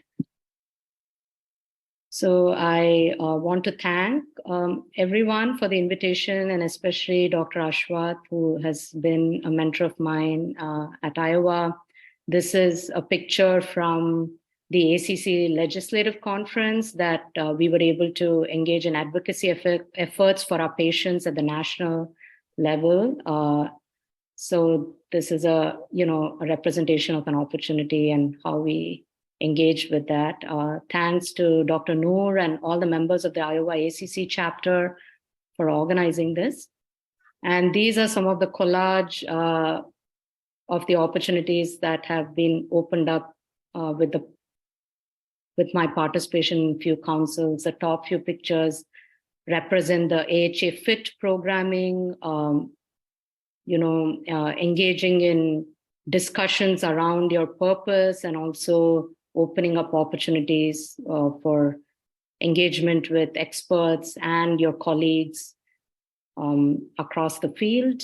And then below that is the ACC Prevention Leadership Council. And here, that's my mentor, Dr. Alicia Gemelli, who I was able to be connected with through the Women as One organization and through the award, and how that has opened up opportunities for me. And then there are a few examples of the first committee engaging in dissemination of knowledge through podcasts, or serving as the co-chair of the ASPC Fellow and Training Working Group. So I hope this talk inspires you to take your next steps in engaging with these councils, and I'm open for any questions. Thank you very much. Thank you so much, Subhasini, for this great talk. I'll move to the second speaker, and then we can answer questions at the end of this session. I'm very thrilled to introduce Dr. Mahi Ashwath. She has a multiple leadership role, but I will summarize them. She's currently is a clinical professor of medicine and radiology at University of Iowa. She's also an immediate past president of the Iowa ACC chapter. She served as a current education and WIC chair for the Iowa ACC. Thank you so much for taking time to speak with us, Dr. Ashwath, and the speaker is yours.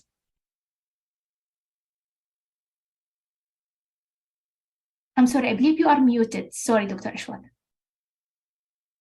Thank you. Thank you, Bayan, for the very kind introduction. And also kudos to Suhasini. I mean, again, cardiology fellowship, as we know, is busy, but you could see how she was able to go beyond, and she worked with us in the Iowa ACC, we were able to get her onto national councils. You could see how much impact she has made. And at the LEG conference, then the picture is also Aruj, who was also our FIT WIC chair, and she was, we were able to get her onto the WIC Leadership Council. So again, seek out opportunities and show your presence. But I'm going to talk about work-life balance. We talked about a lot of things here. There's so many things that you could do. So is there really a balance? Is it really possible? So this is the reality. You are just done with your fellowship training. You had prolonged training, medical school, residency, cardiology fellowship. A lot of us do advanced fellowships. And then there's work responsibilities. Most practices now go by what is called as the CART model. So that's clinical, administrative, research, and teaching. So they want you to focus on 4 things. So clinical care, research, administration. You could participate in societies and committees. Like we said, we all like to volunteer. We want to think about how we're going to move up in promotions academically and so on. So this is the professional reality. And while this is happening, our personal reality is also going parallelly, where we are all kind of going through having young families at the time, kids are starting, you have a huge amount of debt, or you have been spending tons of money on your boards, all kinds of boards, which we have a ton of. And while we do all these, we are also very motivated people. We have high expectations for ourselves. So we kind of try to do 100% at everything, right? So this is the reality of what we are faced with. So how can you have it all? Can you have it all? Is there a balance? How do you do it? And this is how I try to go through, balancing my things. Is one is pick your priorities. It's you can't be 100%. You cannot be an A+ at everything, and it's okay. But pick your priorities. For me, the kids are the priority. My work is the priority, and the rest will manage. The cooking, I can outsource it. The cleaning, I can outsource it. But the priorities, make sure you take care of them. Number 2 is delegate. Whatever is not needed to be done by you can be delegated. If you don't delegate and want to do everything yourself, it gets a little hard. And while you do all this, there's a lot of talk about how you should be kind to everyone, but also be kind to yourself. Again, we push ourselves very hard. So make sure you are kind to yourself. So picking your priorities, when you start having your choices for a job, what do you want to do? Do you want to be academic or private, full-time, part-time? What are the on-call obligations, weekends, travels, and what is the incentive for all that? And I put the reward really at the bottom because you really want to focus on the job before you think about your financial reward. I would not pick a job for the financial reward at all unless you really are happy with the job. And these kind of keep changing as your career keep changing. You could be academic, then you could go into private, and then you can come back to academic. You could be full-time, then become part-time, and so on. So you want to figure out how you want to structure your life. So for me, just giving myself as an example, for me, it was important to be academic because I really enjoy education and mentorship and, these kinds of things. So I really wanted to be academic. I decided to be full-time. It's a personal choice. Some people like to do part-time. For me, I tried part-time and I didn't feel as happy maybe. So I went back to being full-time, and I feel like it's better for me. My on-call obligations, as my fellows can tell, as Suhasini can tell, are not too high because I have a lot of fellows and residents and other staff like the CV attending, the EP attending, interventional, who are all kind of, helping me do it. So it's not huge. Whereas if you look into a private setting where you could be working for much longer hours, you go part-time, you take a few pay cut. If you decide not to do call in a lot of cardiology private practices, from what I hear from colleagues, you could have up to 40 to 50% pay cut. So you kind of want to decide, what do I want really in my life? And then you kind of decide your job based on that. So make sure it fits your priorities. Also, picking your priorities, be flexible with changing priorities because it keeps changing, right? Your kids grow up, then maybe you want to do more at that time, or maybe you don't want to do more, but just remember that these priorities keep changing. So keep reevaluating. The other things, in addition to your clinical work, is talks, research, meetings, societies. Suhasini just eloquently told how many different opportunities you have. And how do you do all these? So it's good to have some kind of a goal. I think Dr. Spooner alluded to this earlier, or Dr. Godichian, is where do I want to be in, 5 years from now, 10 years from now, and kind of say, does that work in that goal towards that? And it might not be a perfect plan, right? You don't know exactly. It's not a ladder. Most people say it's not like your success path is not a ladder. It's more of a jungle gym. You keep going parallelly and going up. So it's hard to say, but whatever motivates your passion, whatever you can do is what you should do. And things which don't interest you, you have to learn to say no. We are mostly motivated to say yes, and that can be putting too many things on your plate. So learn to say no. But when you say no, try to give it to someone else who will benefit from it. So some people will ask me for a talk, and I'm like, I have no room on my plate right now to do that. But by the way, I think person X would be good for that. So I kind of gave them an opportunity for somebody who I know will do a good job, and they will have an opportunity, and these people will be happy because they got a speaker. So, learn to kind of support others as you say no to some things, but also learn to prioritize and set boundaries. I mean, when are you going to catch up with work or work-related stuff? For me, it was usually when my kids are in activities, like right now, or when they're in bed. Those are the times when I try to catch up on my work. It crosses. I mean, things cross over the boundaries sometimes, and you kind of reevaluate again and again. But all of these are things which you want to keep in mind. And delegate and outsource. Learn to ask for help. It's hard for us because we think we can do everything, and we want to do everything, and we want to do everything perfectly, but it's hard. Learn to ask for help. Lean on your partner, your family, or your friends. Plan ahead and organize. So me and my husband, we have a shared calendar. So whatever events we're doing with the kids, whatever their activities are, whatever it is on the calendar for both of us at any given time. So both of us know what the day looks like, what the week looks like, and so we can plan accordingly. Personal things, these are things you could outsource depending on what you want to outsource, whether it's cleaning, grocery, or whatever, carpooling with friends.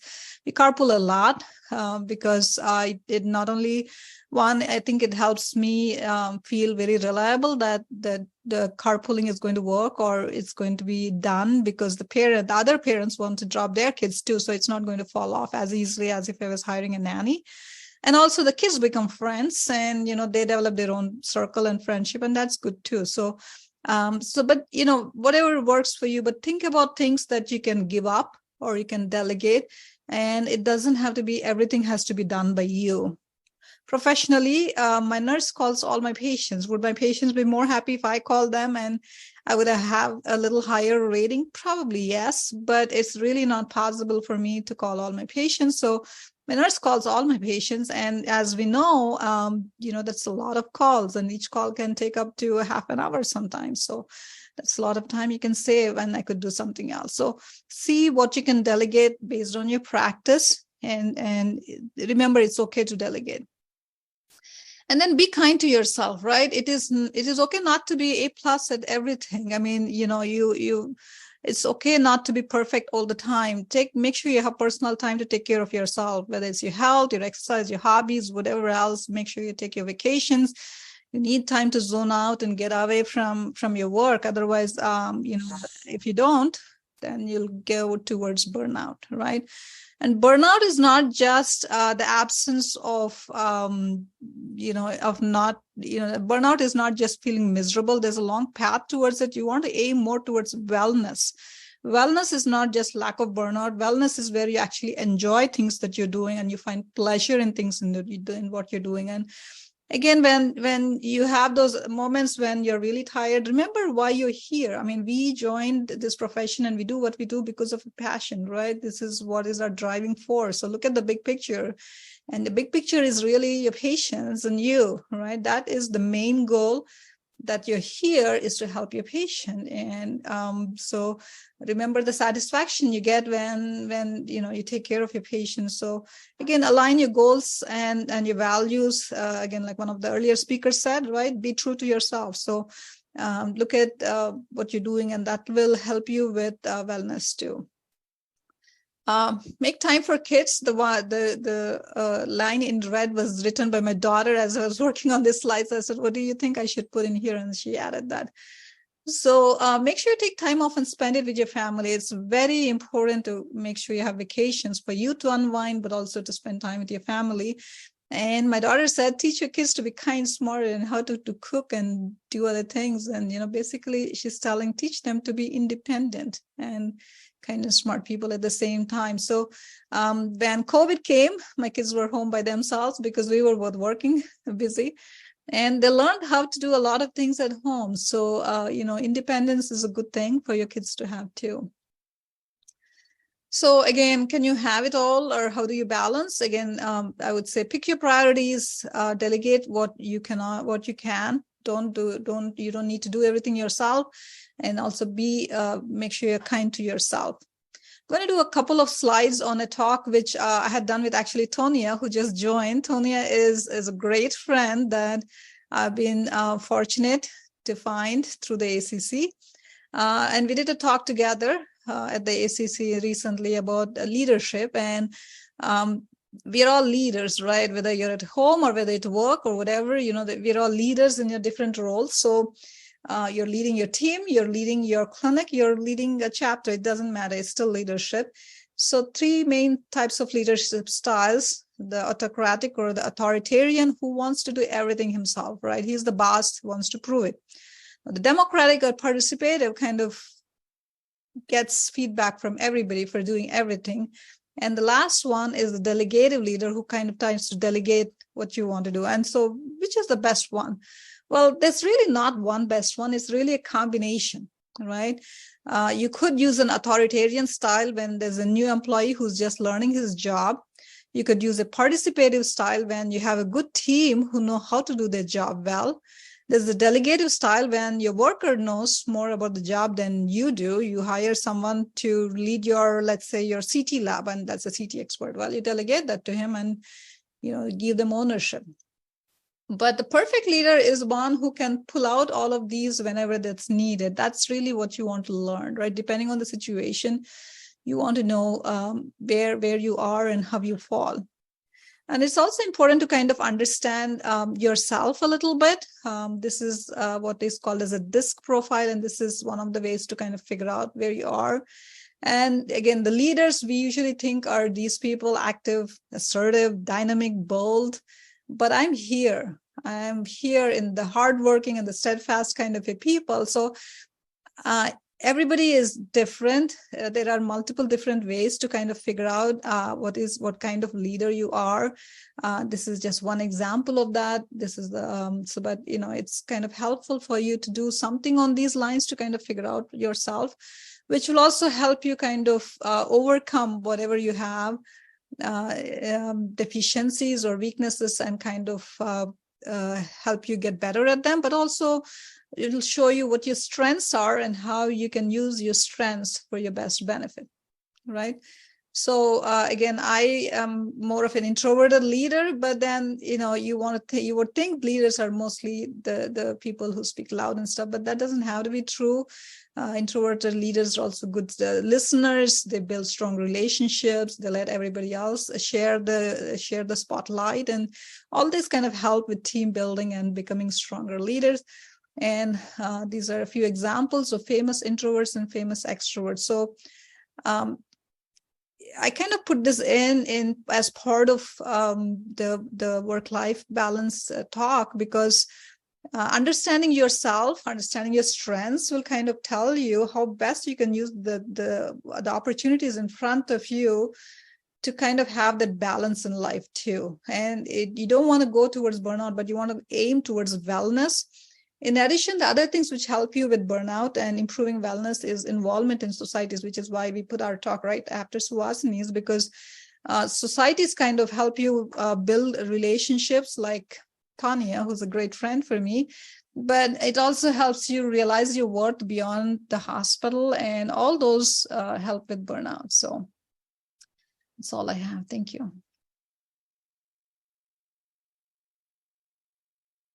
Thank you so much, Dr. Ashwath, for the amazing talk. And thank you for all the attendee. I'm happy to have any question. You can ask it. You can unmute yourself and ask your question, or you can type it in the chat and I can read it. If there's no one have any question, I will start with my first question to Dr. Lakshmanan. It's very impressive, like your involvement in the all committees. So I just want to ask, I'm just curious about when did you start participating or reaching out to this committee, and how that facilitate the other involvement? Thank you, Bayan. So I started actually in my first year of fellowship, but I did have kind of some insights into these, I think, in my research fellowship before, just the awareness that these opportunities exist.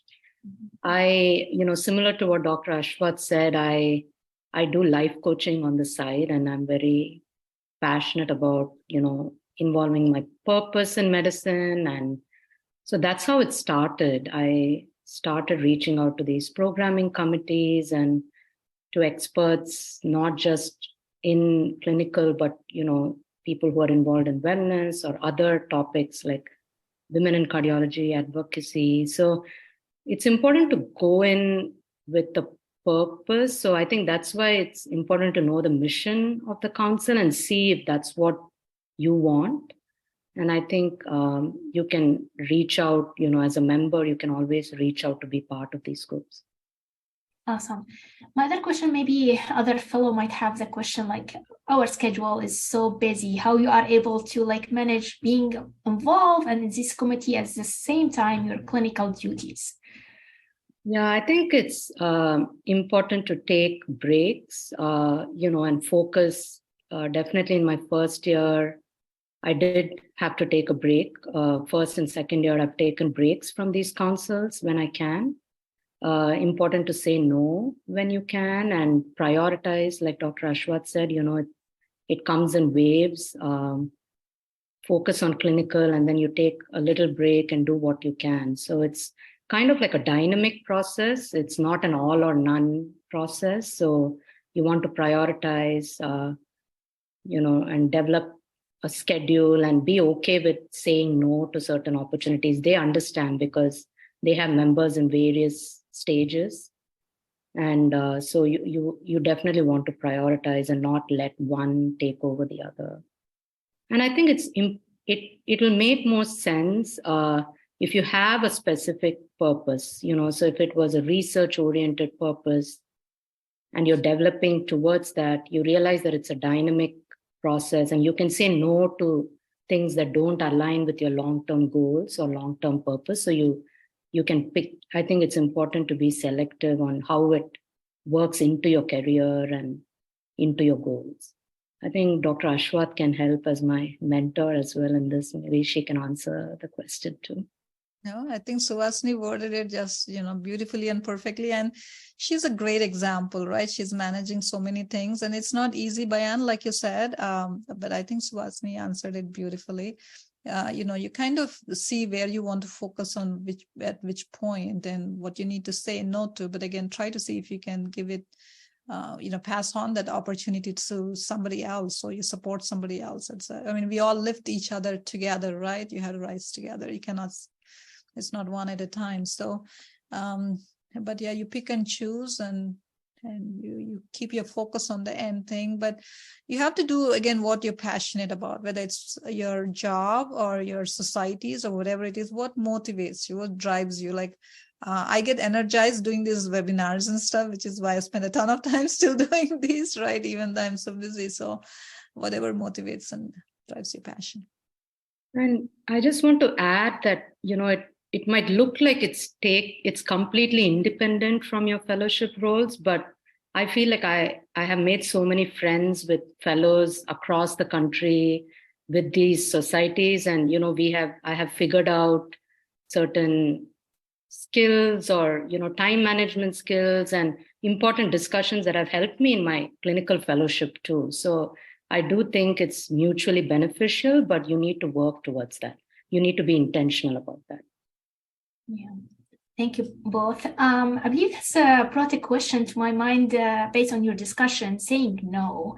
I want to hear, like, from a fellow perspective, how to say no at the same time you want to have, like, look as energetic at the same time. You are waiting for a letter of recommendation, or you are waiting for, like, someone to pick the phone and say, she's doing amazing and going above and beyond. At the same time, you have to say no. So I just want to see how fellow can say no. And as well, I would hear, like, how from Dr. Ashwath as a leader, how, like, you feel like this no is okay for this fellow, because I understand it, how it was proposed or presented to her to accept it, like, easily. Yeah, I think what has helped me is becoming very clear on my passion, my purpose, and my long-term goals.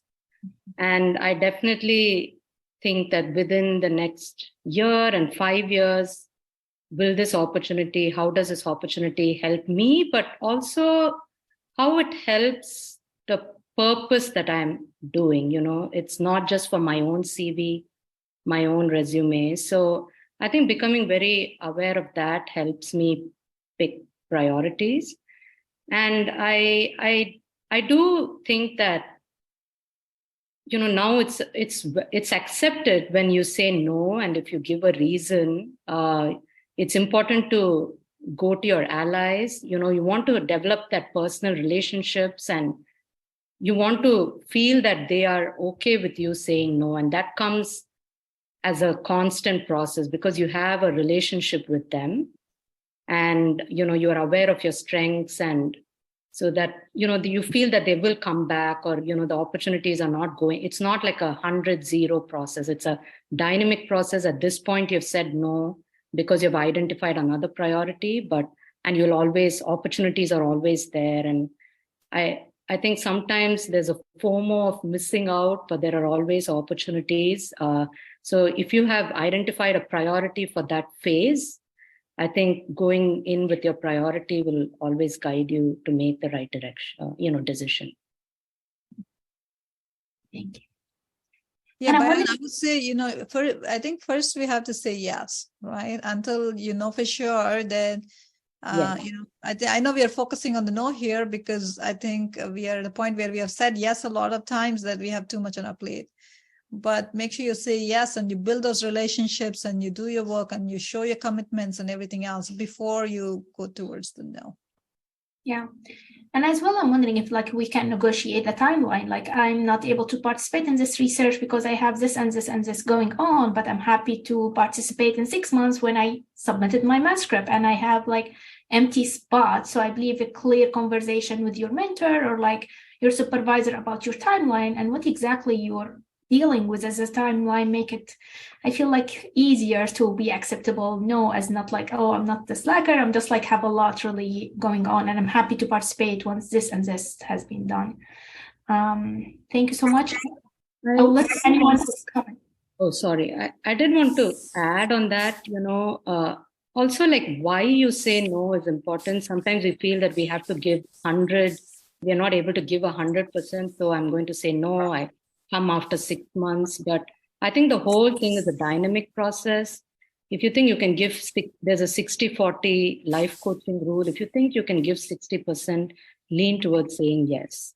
I think the more yes you say, just like what Dr. Ashwath said, it will guide you when to say no.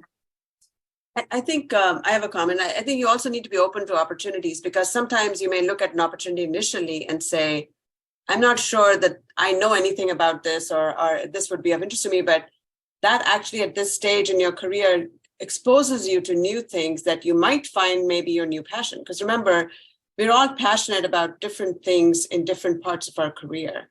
And there is no step on or step off time. So you can be, like Swasti said, you could be logged in and be doing things, but then you can also check out for a period of time and focus on yourself, your family, your clinical work, and then come back in. Just because you stepped out does not mean you can never step back in.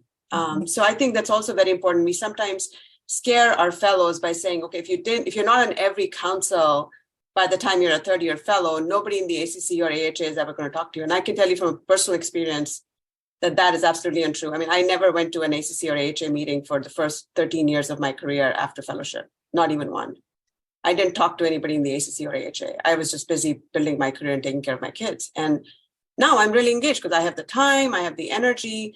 So there's nothing, you're not going to miss out just because you didn't do it right now. And I think that's also really important to say because some people feel, well, I won't know anybody. Well, whenever you're ready to engage, you start back at your chapter level. You will have dynamic leaders like Dr. Ashwath who will then, help you, guide you to whatever your interest might be. So don't be afraid of just, signing up for things that have no meaning for you and are not right for you at this point.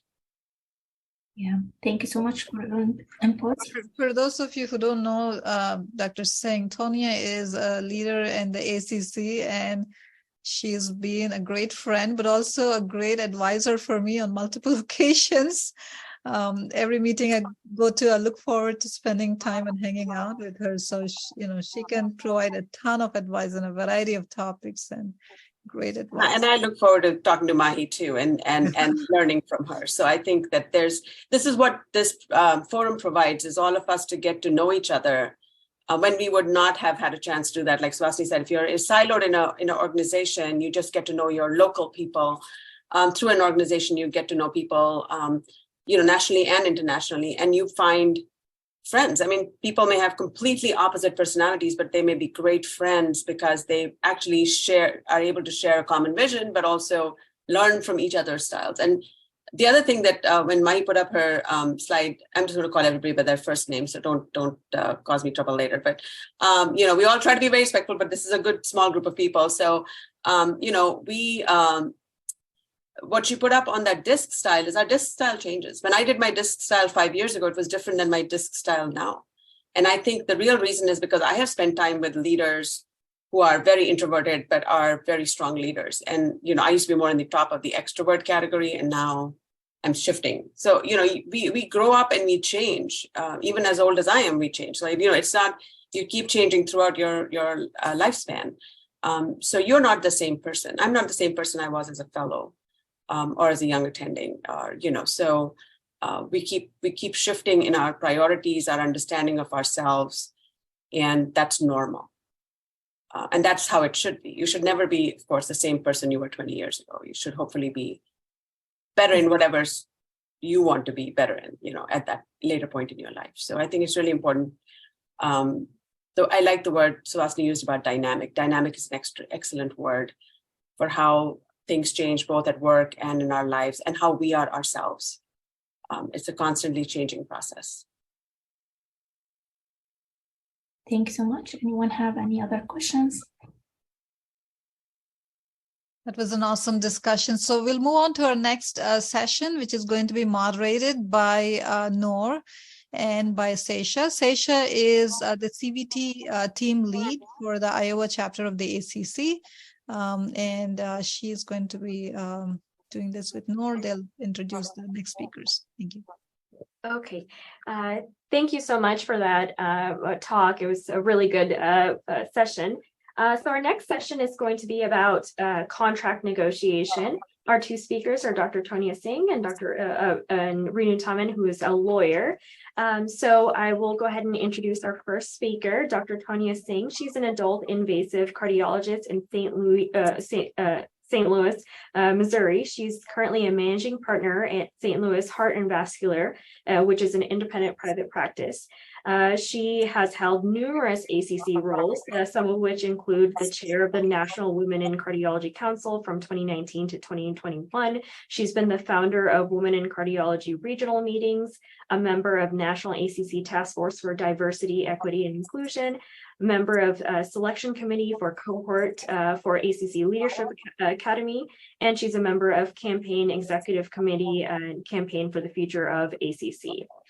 She has numerous research interests as well, including pipeline issues for women in cardiology and leadership challenges, and some of her personal interests, including reading nonfiction and fiction and self-help books. She's traveled to over 30 countries and is interested in gardening and is an amateur knitter. She's currently married to a nephrologist and has 2 sons. And so I will hand the floor over to you, Dr. Singh. Thank you for joining us.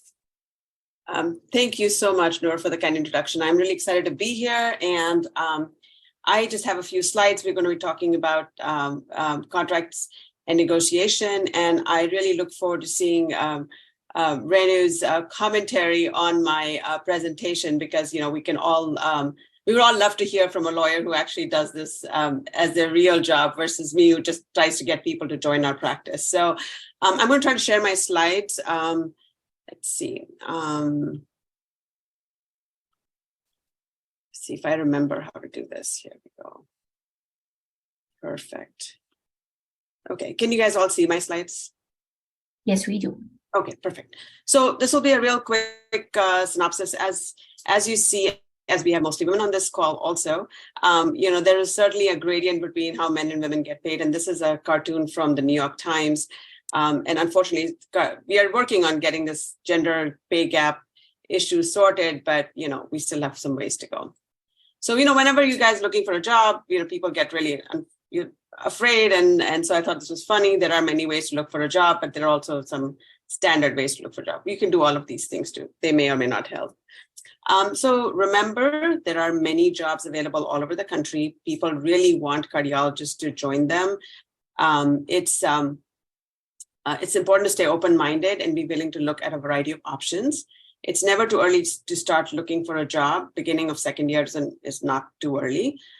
Reach out to people through your work, networks, friends, mentors, sponsors, to at least start thinking about what kind of jobs you would be looking at, what geographical locations you have to look at, whether you are limited by what I call the two-body problem, where you have a partner who also is looking for a job or may need to move if you look for a job. So those are all factors that you kind of have to think about. So I am a big list maker, and I think that there's value in building some lists.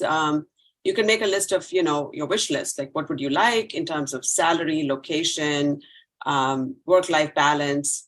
And then you get a checklist going to see, what are the things that you have to do to get to that wish list. So I know there are vision boards are kind of popular now. I took this picture from Pinterest. I did not make it, but I think it's a good picture in terms of thinking about how you want to go about your job search. And just kind of visualizing it, like, where do you want to be, how much money you want to make, how much time you want to spend. But the reason why I really like this is it's important to look at culture, because culture really impacts how well you like your job. So somebody could offer you $1 million, but you're in a very toxic environment. And that's not really a pleasant thing. So I think adding culture, whether you're close to family and friends, whether the job actually matches your goals for your hopes of what will happen as you go through that job. So I think those are all just as important as the first three. And I think we focus a lot on the first three, but maybe not enough on the last three, on the bottom three on this board. So how to know your value? It's good to start researching what you should expect as a salary.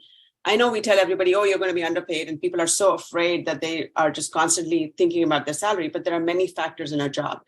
But it's important to research what you want to look. So think about what you will accept before starting a negotiation. Consult recent salary guides. Suggestions for places to look at is the MedAxiom salary guide, which you can Google. If you Google in what is the salary of a invasive cardiologist in the Midwest who works full time, you will get lots of answers, and that'll give you some general ideas. Remember, these are just general ideas. Every place has their own ways of calculating salaries. Understand the impact of your location, your specialization. Salaries in the Northeast tend to be a lot lower than salaries in the South. You have to factor in, cost of living and all of those other things. And then also understand that there are trade-offs for the types of institution you want to work at. So if you want to work at a large corporation or a major academic center, you're going to have a lot less negotiation power than if you want to come to work for a practice like mine, which is smaller and we can do more for you. So gather the information about the position, understand what are the requirements and expectations. So if you're going to apply for a job that expects you to do imaging, make sure you've done all the imaging requirements, that you are qualified. Develop your own list of, again, a list, but must-haves and nice-to-haves.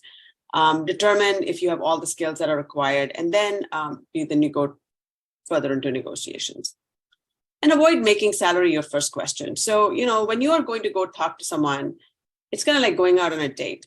You just kind of talk to that person, you see if you like them, if you like the place, see if you like, what kind of culture they have. So your first question should not be about salary. Actually, you should never even, I think, mention salary first. You should ask them what is the range of salary for the position that they're discussing. And then once they give you that, then you can reveal what your range would be based on the research that you've done. You can negotiate really well. Remember, negotiation is a crucial conversation, but it is a conversation, not a confrontation. And I think people get very afraid about that. But I think it's really important if people get along and they like each other, don't underestimate that, because people are much more willing to do things for you if they like you than if they don't. And help them understand why you deserve what you're requesting. And one way to do this is to practice this with a friend or a mentor, and have them, try to interview you or ask you the difficult questions that somebody might ask during a salary negotiation process, so that you can work through the emotional aspect of it and have some clear answers. And then make it clear that they can get you. So stay at the table. Don't threaten people like, I'm going to walk away if you can't do this for me. And also that understand that the person on the other side has some constraints. So they're not just trying to lowball you. It may be truly that they're constrained in what they can offer. So when to negotiate? Timing is everything. So a good time to negotiate is when the employer formally offers you a position. So there's no point negotiating for anything till you actually see an offer. When the person asks you what you're looking for during interview, in phone or in person, but I would say like wait till you actually have an offer. And then if they ask you for a desired salary on the application form, then you should put in a desired salary. Also, I do warn people not to put in ridiculous amounts, because I think that they're going to be paid less anyway, but to put in stuff that they have researched for and that is reasonable. And if they offer you what you want, even if it's what you want, you should always take a moment to consider and say, that's fantastic. Let me stop and think, and I will get back to you. Remember, employers have their own concerns. We all know that you're all very well wanted and you have multiple offers. I would say that, if you do have multiple offers or you're seeing multiple places, let your employers know. And also let them know a timeline and when you will make a decision, because, because they also have constraints and they want to, work with those. And be transparent when you're deciding between two offers. So for example, if you have two offers that you can't be sure about, and you like one slightly bit better, you could tell them about the other offer and say, this is what is holding me back from taking yours, and what can you do, to help bridge that gap. So like I said, it's a crucial conversation. Remember, money is important, but don't forget taxes. I should say federal tax is 45% in that income bracket for most people. There's state tax and Medicare tax. So you're only going to take home half the money they offer you. So it's remember to take that into account when you're looking at a salary that's different by a little bit. Look at benefits, like do you have flexible times, you have protected time, health insurance, retirement, student loan payments, vacation, CME, admin support, a variety of things that could be beneficial that are not actually reflected in the money that you get paid.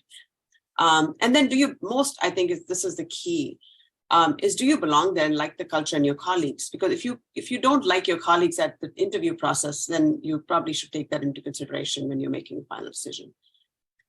So now you have an offer, and then you read your contract. So people get very afraid of their contracts. I will tell you in full disclosure that I never read my first contract when I got offered my first job, which I'm still at, by the way, 20 years later. And I did not read my partnership contract either. I had a lawyer read both of them, but I personally did not read them. And I think that is something that we guys should read. I think we should also have a lawyer read it with us, but I think we too should not be afraid of at least reading our contracts. I mean, we are not stupid people. We, read complex imaging and do angiograms and take care of very complicated patients. So we can read a contract. So read your contract. So this is just a quick go through of the anatomy of the contract. It basically, every contract starts out with the terms of employment. What is the employee responsibility? What are the performance expectations and requirements? And what are the employee's benefits and premiums? So if you think about, I broke this down so that it kind of makes it less fearful to go through it. It talks about how much you can be absent. If you have a dispute, how they're going to resolve it. It's all in very, in language that we're not familiar with, but the more you read it, the easier it will be to understand. It talks about non-disclosure and then non-compete clauses. And if there's an ownership, it talks about how the ownership is agreement. What are the employees' employment opportunity limitations, like you can't moonlight or you can't work outside the institution. And then what are the things that can cause you to be terminated? And what are the terms of that severance? So, our contracts in our practice are pretty straightforward. I think anybody can read it, but many people have very complicated contracts. So you may need help reading it. So I would certainly say, contracts can be legal, but they can still be unfair. So just because a contract is legal doesn't mean that's actually ethical, moral, or fair. So you could be given a contract where you're starting a new service line or location, but you have no idea where the patients are going to come from. You don't know if you have any administrative support.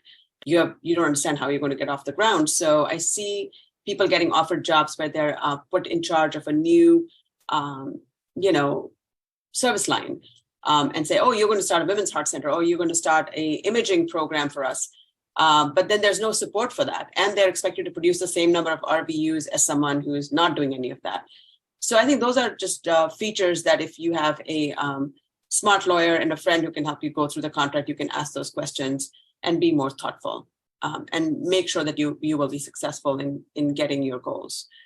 And of course, it's a two-way process. So we always feel like employers are looking for somebody with the wisdom of a 50-year-old, experience of a 40-year-old, and the drive of a 30-year-old, and they still want to pay you like a fellow. But fortunately, there are rules against that. So that's all I have to say. So I would love to hear Ms. Teman's comments and help us navigate this important issue for all of us. Thank you.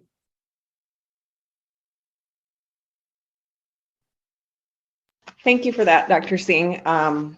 It was very insightful and definitely gave some valuable information when trying to negotiate contracts and consider your employment. So our next speaker I will introduce is Dr. Renu Thaman. She has practiced labor law and employment law for 25 years, representing individuals with a wide range of employment problems, including discrimination claims, wage claims, and a variety of contract issues, including non-competes, severance agreements, and employment contracts. Renu has a special focus on representing physicians over the past several years. She has helped physicians review, understand, and negotiate their employment and non-compete agreements, as well as litigated physicians' discrimination cases in courts and at arbitrations. She appreciates the opportunity to help educate physicians to advocate for themselves in the workplace. I will pass to Renu. Thank you. Hi, everyone. I'm going to share my screen. I do have slides, so I think someone has to maybe allow me to do that.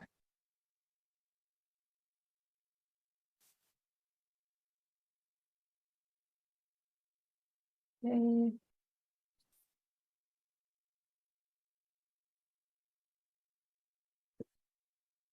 Can you see if you can share it now? Yeah, 1 second. I'm almost there. Okay.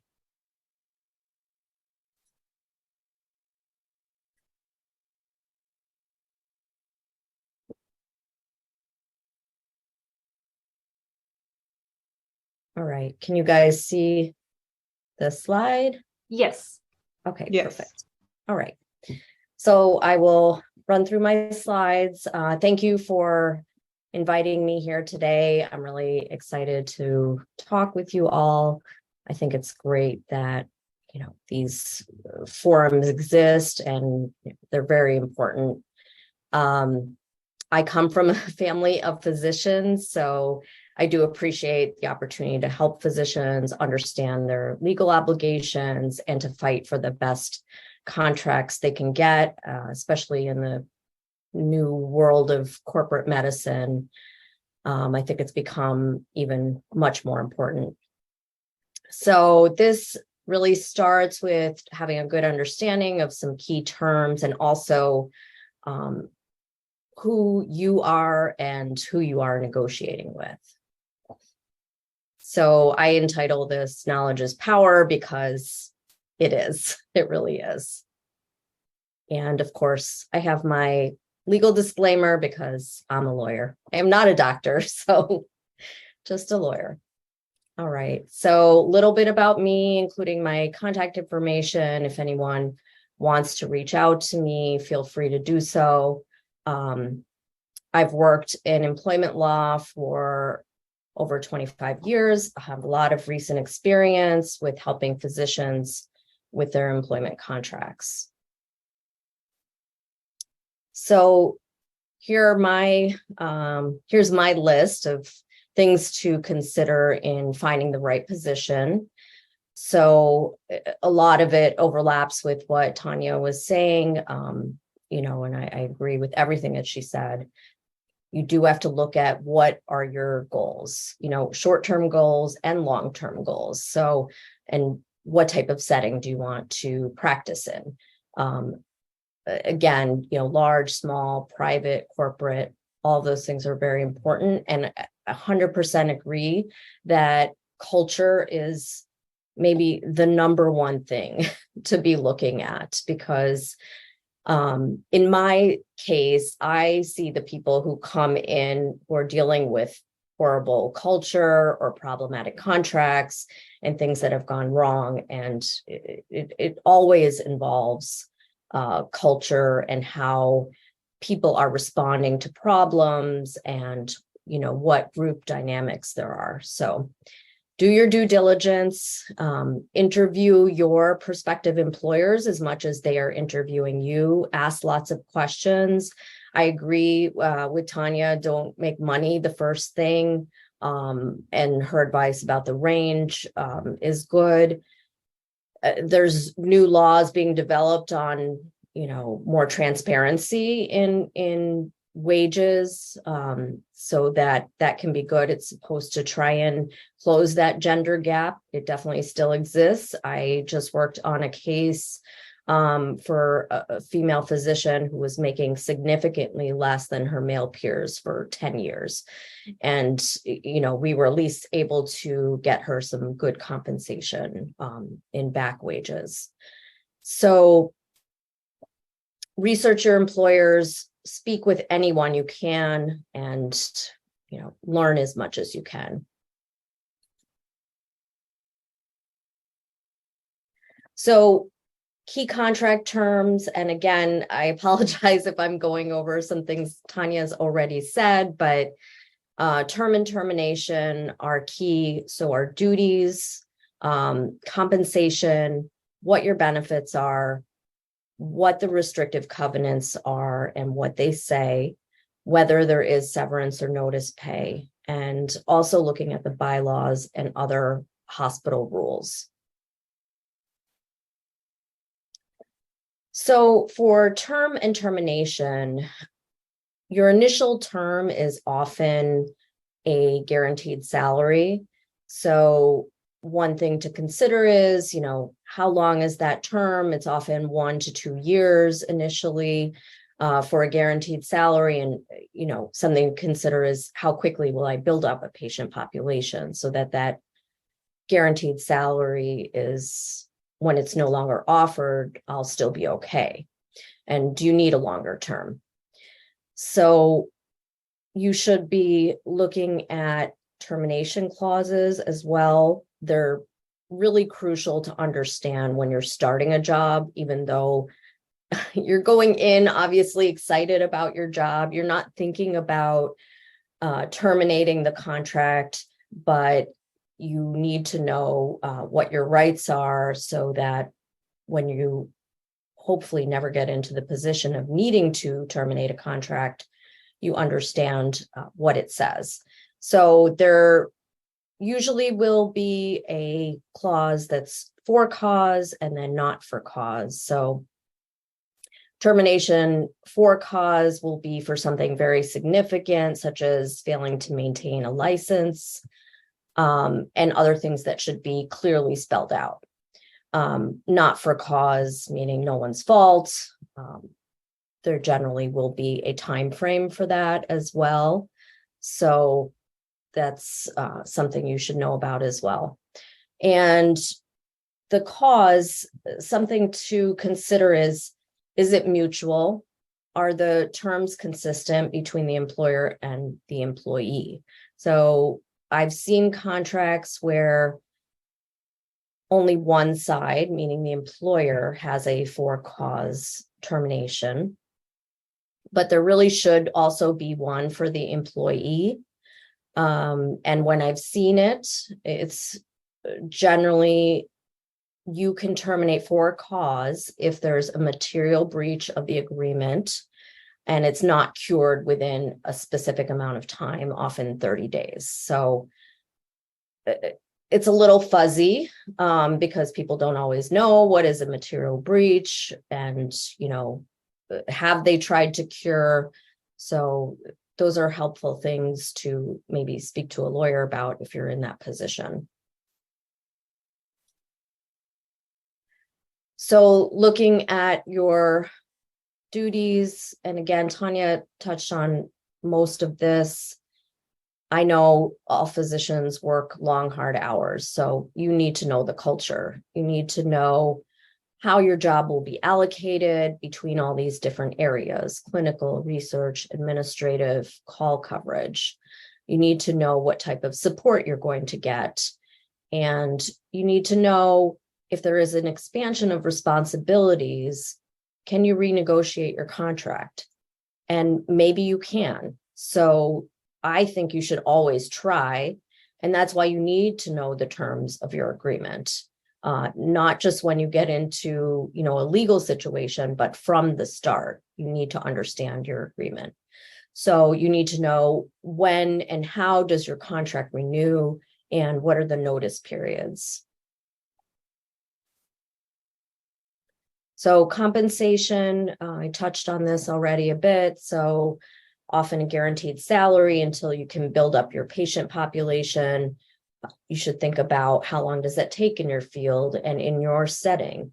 Again, you need to do the research, you need to talk to people.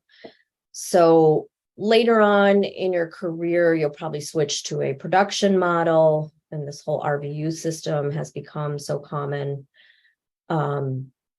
So I'm sure you're all familiar with that. One of the structures is also this revenue minus costs and overhead expenses. And this is something to consider. I had a young female physician who was offered a partnership a few years into being at her practice, and she ended up going on 2 maternity leaves, but was still paying an equal share of costs and overhead, and was not making enough money because she was out on long leaves and her production went down. So she actually was in deficit with the practice at several points. And the other partners, no one else was, either they were men or they were older women who, were not having children. So it was not like a conversation that they were having, even though she tried. But, she had already signed on to the partnership at this point. There's already terms in there, and she hadn't really considered all of that when she was joining. She assumed that she was being offered something that sounds great: partnership, making more money, having more decision-making power. But you really need to look at the practicality and your specific situation, and see if it's actually going to be great for you. And in order to do that, you need to do your due diligence, ask your questions, know what you are getting into, know what you are signing, know the terms. And if you don't understand it, please do talk to a lawyer. It can save you so much headache and angst down the line.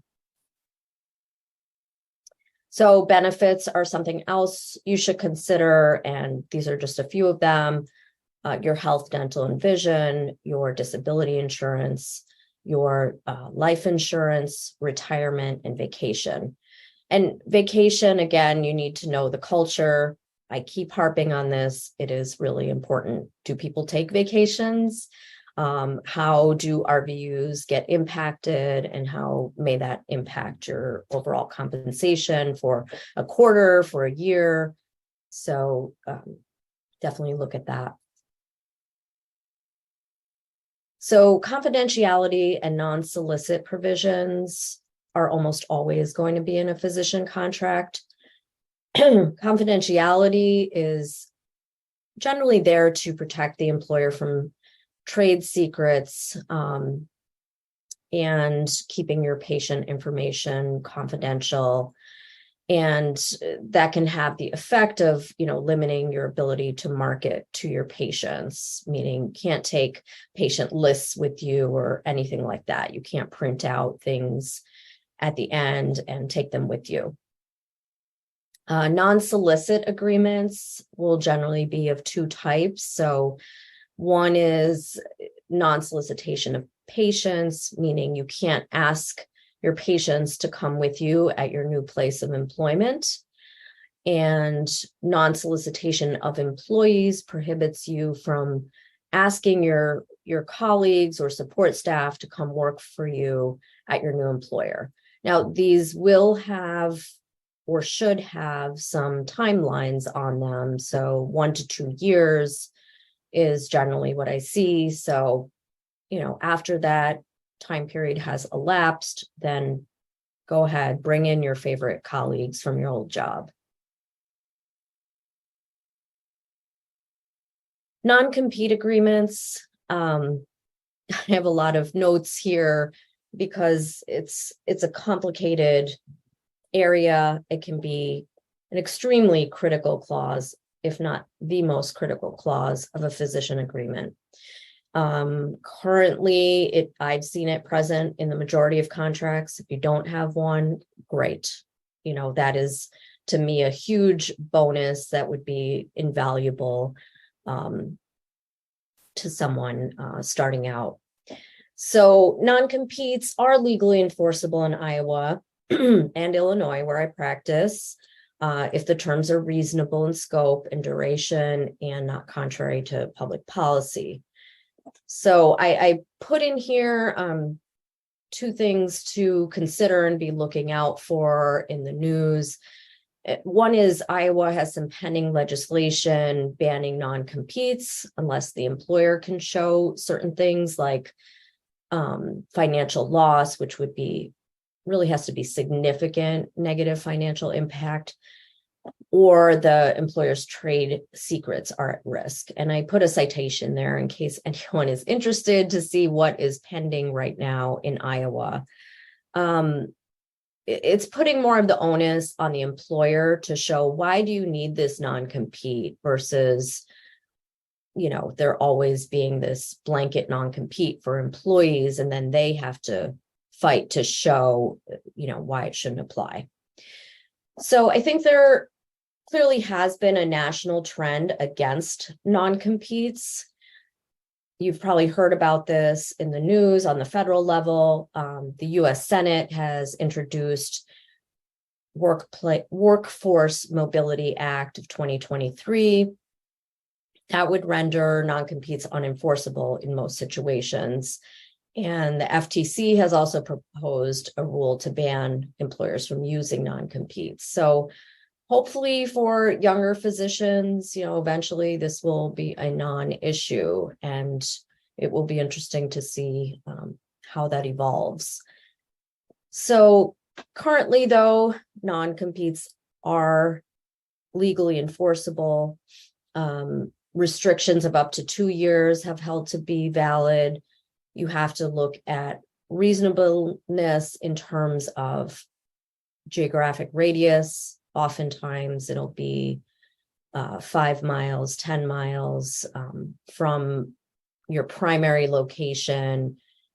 It's become more complicated because now sometimes physicians work in different areas all over a city or suburbs. And then, so you really have to know where are they counting that radius from, and it should be spelled out very specifically in the contract. And if it's not, then you should ask for that to be changed so it's understood by both parties. So if you do breach a restrictive covenant, you can face legal liability, and that can include a lot of things like an injunction. It can include damages. It can include legal fees and costs incurred by your employer. And oftentimes your employment agreement will have language in there already saying, if you breach one of these, covenants that we think are so important, you're automatically going to be liable for some of these things. So important to know what you're getting into. So just a few tips on choosing a negotiation style. I think it's important to try and figure this out before you go in to negotiate. It's always best when you know the other side. And if you don't, try and find out as much as you can about who you will be discussing the particulars with. I think Tanya, her touching on, just likability is definitely so important. If there is that connection, things are going to be easier. But these are just some methods that you can use. A collaborative approach. You can be more accommodating, make the other side feel like they're, winning. You can be more compromising. You can be avoidant, using silence, not getting back to someone, and you can be competing, being more unwavering. And I know Tanya said, don't say, throw down the contract, I'm out of here. That's not what I'm advocating. And, if you're starting out, you're going to need a different style than if you're a seasoned, highly specialized physician. So those collaborative type of approaches are going to be your friend, especially in the beginning.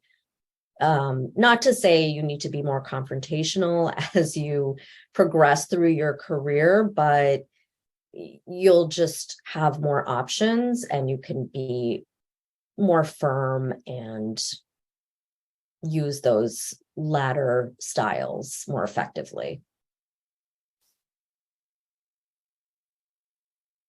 So look, just think about those negotiation theories. They can help you create options when you're sitting down at the table. And, if you decide beforehand what type of negotiation style that works with your personality, that's going to be really helpful to you. And you should just plan, research, use good communication, use Tanya's Post-its, vision boards. I love it. It's all goes to the same thing. And, just to create a win-win solution for you. So documentation, this is always very important, especially for lawyers. This is something we think about all the time. Those are the first questions I ask when someone comes to me. Well, I was promised this. Well, is it in writing? And if something is important, if it's something you've discussed, it needs to be in writing and it needs to be specified. So do not rely on any verbal promises. I don't care if they are your best friend or whatever. You need to have anything that is critical to you, anything you think is part of your agreement needs to be in writing. You should review all your terms very closely. Headers are not always accurate representations of what is actually in that provision. For instance, I've seen a lot of clauses that say they're non-solicitation, but they really are non-competes. So, that can get tricky. So everything's rosy when you start your new job, as it should be. And contracts are there in case things go sour. So it's important to understand everything that is written in your contract. So I'll leave you with my best advice. Please read your agreement, all of it, every word, or call my office, call a lawyer, get the assistance. That can be really critical and avoid headaches and angst and money and time in the future. So thank you. Yes, thank you, Renu. That was what a great talk. You provided a lot of information that's good to consider, when seeking employment. And we will open now for questions and answers from Dr. Singh as well as Renu. And one question I have to start off with, although I'm not a physician, I do work as a nurse practitioner and have some experience with contract negotiation. I had worked in a pretty busy cardiothoracic surgical practice and am familiar with some when contracts go sour there. So I do want to ask a question here that I think is important. When you start to feel like you're being asked to work outside your contract, when you're getting tasks added, more call, things that you have not agreed to do, what do you recommend in terms of, number one, when to seek a lawyer for assistance? And then number two, documenting that? How does one go about documenting to secure evidence of things that are happening that you're not necessarily happy with? Yeah, it's a great question. And I always tell people we're not sure if they're going to end up in a legal dispute to document as much as they can.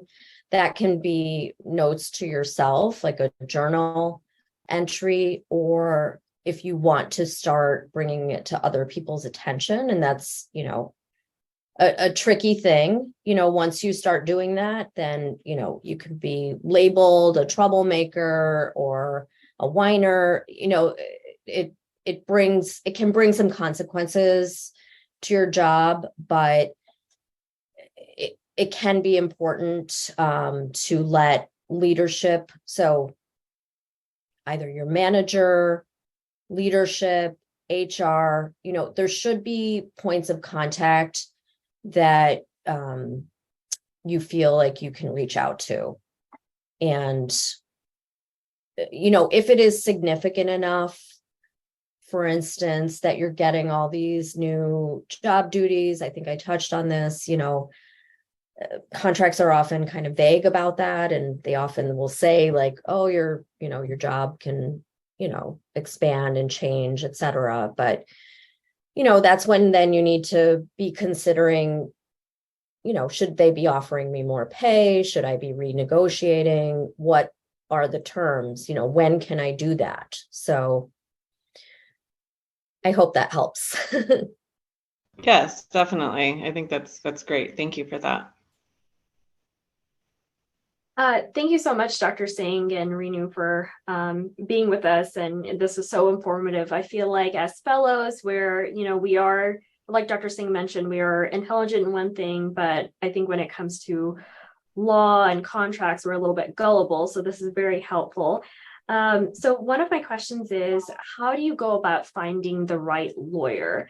Do you want to join, team up with a large law group, or should you find someone that's specific to a certain region? Like if you're looking for a job in New York, do you want to find a lawyer that's based in New York? How do you go about doing that? That's a great question. I would say one way to find you really want an employment lawyer. So you can look at National Employment Lawyers Association. They will always have lists of attorneys working in different areas. So that's a great place to start. You can always reach out to your local bar association. They will have referrals generally, for specific areas. I know Chicago does. So those are some great places to start. Obviously talking to friends and family and seeing if they have referrals. I wouldn't just necessarily go and pick the largest law firm and say, just go with them. You really need, in this situation, very personalized attention to, a limited contract and a limited tight negotiation usually. So as for practicing in different areas, so I have reviewed employment physician contracts, in different states. If it's limited to something like that, it's generally not an issue for someone who's worked in the area for a long time, and doing some research on different states is generally not an issue for an employment lawyer on a discrete issue. If you're getting into litigation, you're definitely going to want a local attorney. So, but a good employment lawyer, regardless of where they are, will be able to connect you to another good employment lawyer. So I think the specialty is very important. And then, if you can find someone who has worked specifically with physicians as well, even better. So I just had a corollary to that. Renu, what is your opinion on, how much should a fellow pay for a contract review? And because, fellows, obviously, they're salaries are, not the greatest, and they always worry about the cost of something like that. And I've seen fellows tell me any number from like $500 to $5,000, depending on just who they used. And the second thing that I heard from a fellow, and I would love to hear your opinion on this, is sometimes they get stuck on a point in the contract that is with a big corporation or academic center that doesn't seem like it's negotiable, but the lawyer is telling them to keep negotiating on this for a period of time, as something that could make or break the contract. And I'm, of course, not a lawyer, but it just seems like somebody is taking advantage of that person to some extent. So what are the red flags that you see what would you recommend as possible red flags when you're working with a lawyer, or things that a lawyer should not be recommending you to do? And what is the average general cost of looking at just an employment contract for a fellow? Hard to pinpoint exactly. I can tell you if someone says it's going to be $5,000, you should walk away.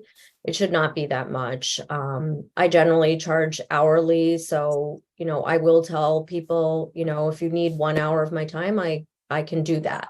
So, that's going to be in the, $400 to $500 range for an hour of time for someone who's specialized and been practicing in that area for a long time. Because I've definitely had people come to me and say, I really can only afford an hour. And, I generally tell people it's really 2 hours is kind of what I think is the minimum, but I'll try and make it work. So you just need to find someone who is willing to work with you and ask those questions up front, and also read your agreement with your lawyer. What does it say? And what is your understanding with them? And that goes back to finding the right fit of a lawyer as well, so that you can, feel good about what they're charging you and that it's all up front. And do you have any red flags that when these young people are reaching out to lawyers that they should keep in mind? I mean, they need to do their research. You can Google people, see what type of firm they are. You can read reviews of attorneys online. Getting referrals from people you trust is great. Getting referrals from an organization like National Employment Lawyers Association is great, because those are people dedicated to that field.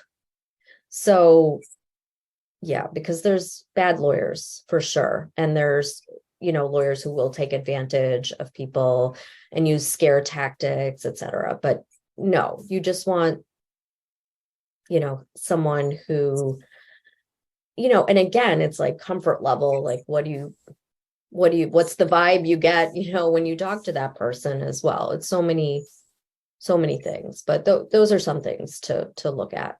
I mean, there are bad doctors too. So it's just a matter of, like you said, finding the right fit for you. But those are helpful suggestions.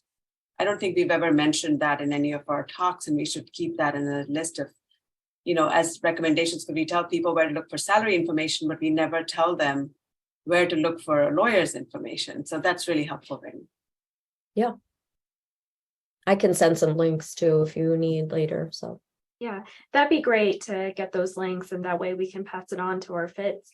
Dr. Singh, I have a question for you. So how would you best assess the culture for a specific job? Because, when you're interviewing, they're usually on their best behavior. So what are some tips that you have on how you can assess that?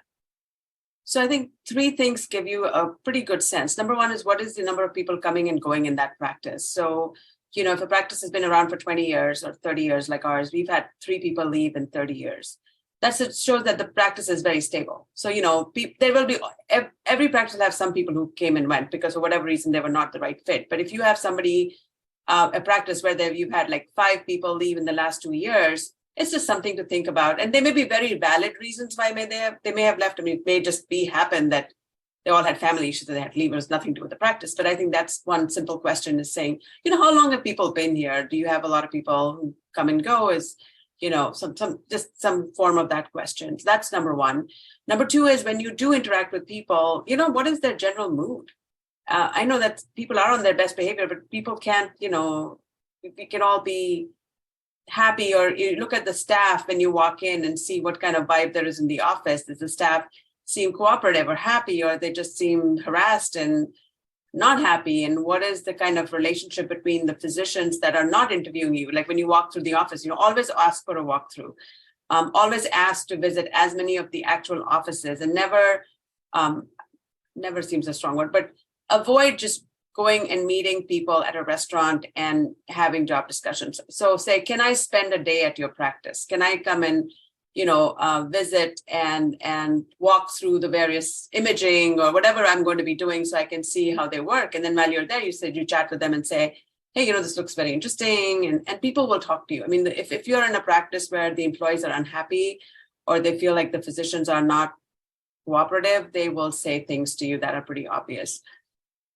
And the third thing I would do is try to get dinner with the youngest partner in the practice and their spouse or partner. Spouse sounds too much, but like a partner, like, somebody who lives with them, like someone say, can I just go out with a family member and you, so that they will sometimes be a resource of complaining about things that person may not say, or they may allude to things that the other person may not talk about, but you can pick up on. So I think, or go out with the 2 or 3 of them in a group with their significant others. And I think you'll pick up a lot on the vibe of the practice, because you really want to know how they treat their families there too. So if you go and they say, he's never home, never available, can't leave to come to the kids' practice, then that if that's something you care about, then that's not the practice you want to be in. If that's not something you care about, then it doesn't matter. So I think it's really important about what your personal goals, and I think that's why it's really important to have a wish list of things that are important, like must-haves and nice-to-haves.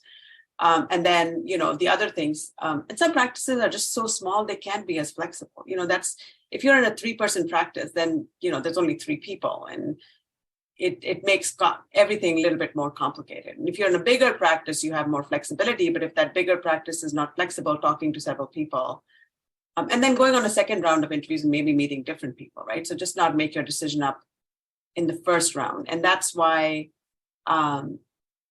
either someone in the practice from before and you can ask them honest questions, and looking at the rate of turnover, I think is a good idea. What else do you think, Renu, we should think about?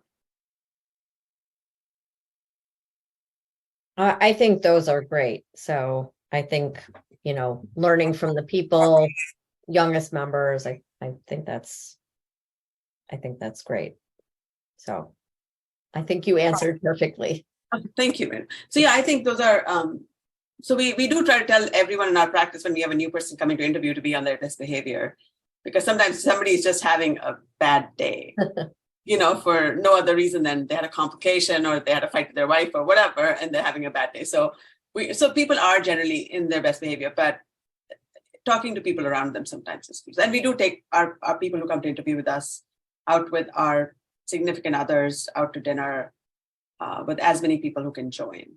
So that gives them a chance to, and we ask them to bring their significant other if they want to too, so that everybody has a chance to see each other and look at each other and say, can I live with these people? Because that's what you're signing up for. You're signing up for living with those people for the next number of years, day and day after that. So yeah, thank you so much. That was very helpful. One of our other questions is, and we touched on it in our first hour, is private equity. It's starting to encroach. It's encroached a lot of other medical specialties, and it's starting to come into cardiology now.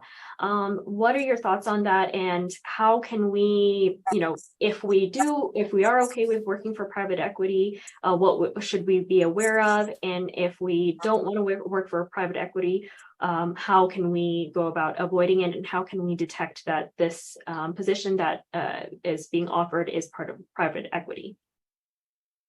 That's a pretty loaded question. So I'm happy to answer what I know about private equity. So I've recently learned a lot about it. So private equity is just basically a big company with lots of money who's going to come buy your practice. So you have to recognize that hospitals are corporations with lots of money who run a healthcare organization. So private equity is kind of like an organization with a lot of money is going to come buy a practice. Now, there are different flavors of private equity. So private equity, I don't think really impacts the person who's joining the practice. Private equity impacts more the people who are already in the practice. Because when a firm, so this is how it works. I don't know how much time you have, but I can give you like the 3-minute version. But sure, yeah, we have a time. So, and if you hear anything, Renu, that you think needs correction, please tell me. So, but this is basically how I understand it. Private equities are basically companies that have lots of capital. So they may have $300 million, okay? And their goal is to take this money that the investors have given them and find an investment opportunity. So cardiology practices are the investment opportunity. So they come to the cardiology practice and say, and this is just general numbers. Say a cardiology practice's EBITDA, which is what is money left over after they've paid everybody, and that's their profit, is $10 million. They may come and offer that practice $100 million. And they'll say, doctors, we will buy your practice for $100 million. And of course, it sounds like a lot of money. And so people say, well, great, what do I have to do to get that money, right? So what they'll do is they'll give you some of that money up front. And then they will put the rest of the money into an equity, which they roll over with their other companies, because you're not the only practice they're buying. And then you have to sign a contract with them that you will work with them for X number of years, and they will take a part of your salary out every year, compensate for that money that they've paid you. So if they give you $100 million and you have 10 partners, every partner gets $10 million, but they will take that out of your salary. So it's not a free ride. So there's there's never a free lunch or free money. There's always strings tied to that. Now, there are some private equity practices that are very structured. So they will come in and take over your practice. They will help run your practice. They will help run your revenue cycle and your employees. There are other private equity groups that don't want to do any of that. They just want you to let you run your practice as it has been running because you've been making a profit. And they can help you with economies of scale, like getting you better contracts with insurance companies and getting you better contracts with the vendors, like people who sell you devices, and getting you better contracts for the stuff that you use every day, thereby allowing you to increase your profit, and they take a percentage of those profits. So basically what they're doing is they're investing in you as a company and they're taking a part of the profits. So it's like anything. It's not good or bad. It all depends on that particular firm and how they are. And there are like about, my last count, about 50 private equity companies that are really interested in cardiology and are pursuing cardiologists. There's been about 300 cardiologists in Florida that now work for a couple of private equity companies. There are cardiologists in Arizona, New Jersey, New York.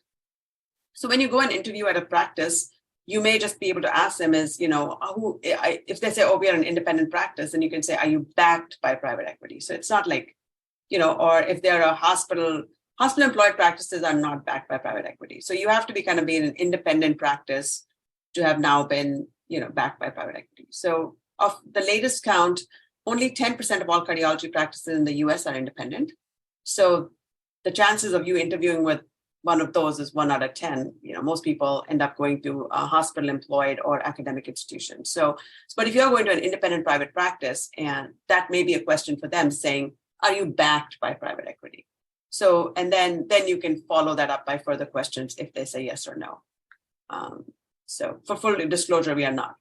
So, but that's the changing landscape. And a lot of people are going that way because managing practices has become difficult. It's very expensive. The regulatory requirements for, IT and as you get bigger and bigger, you have more regulatory requirements. So you can't necessarily sustain a private practice in the presence of, all the Medicare cuts and the sequestration and then value-based care is coming down the pipeline, which is a very complex issue. And nobody knows how it's going to affect practice. So I think people are just looking for an option to stay viable. So I don't think there's anything right or wrong with it. It's like anything else. It's just every company has its own flavor. Thank you so much. Renu, I don't know if you have some comments on that, on your experiences with physicians and private equity.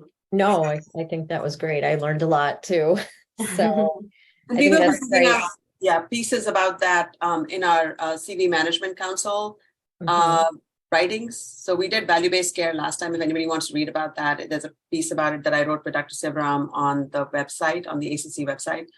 And we will talk more about private equity because that's a question I get asked a lot. So I have been reading a lot about it, and talked to several of my friends who actually have joined private equity, so my independent cardiology friends. So there's a lot of nuance to it. It's not a monolith. That'll be interesting to see how that plays out and how it is certainly. I would say that out of the independent private practices, probably about only 1% of them, or 1 to 2%, are now owned by private equity. Because before, anesthesia, radiology, ophthalmology, and dermatology, so they are all very highly run by private equity. Most of those practices are actually owned by private equity in the country. But it's not something that the patients see or necessarily talk about. But yeah, so cardiology is a new target because we are responsible for $3 billion a year of work. So, there is potentials for profit that can be made by streamlining things or optimizing things that we may not have taken advantage of. Thank you. If anyone else has any more questions for the last few minutes, this is the time to ask.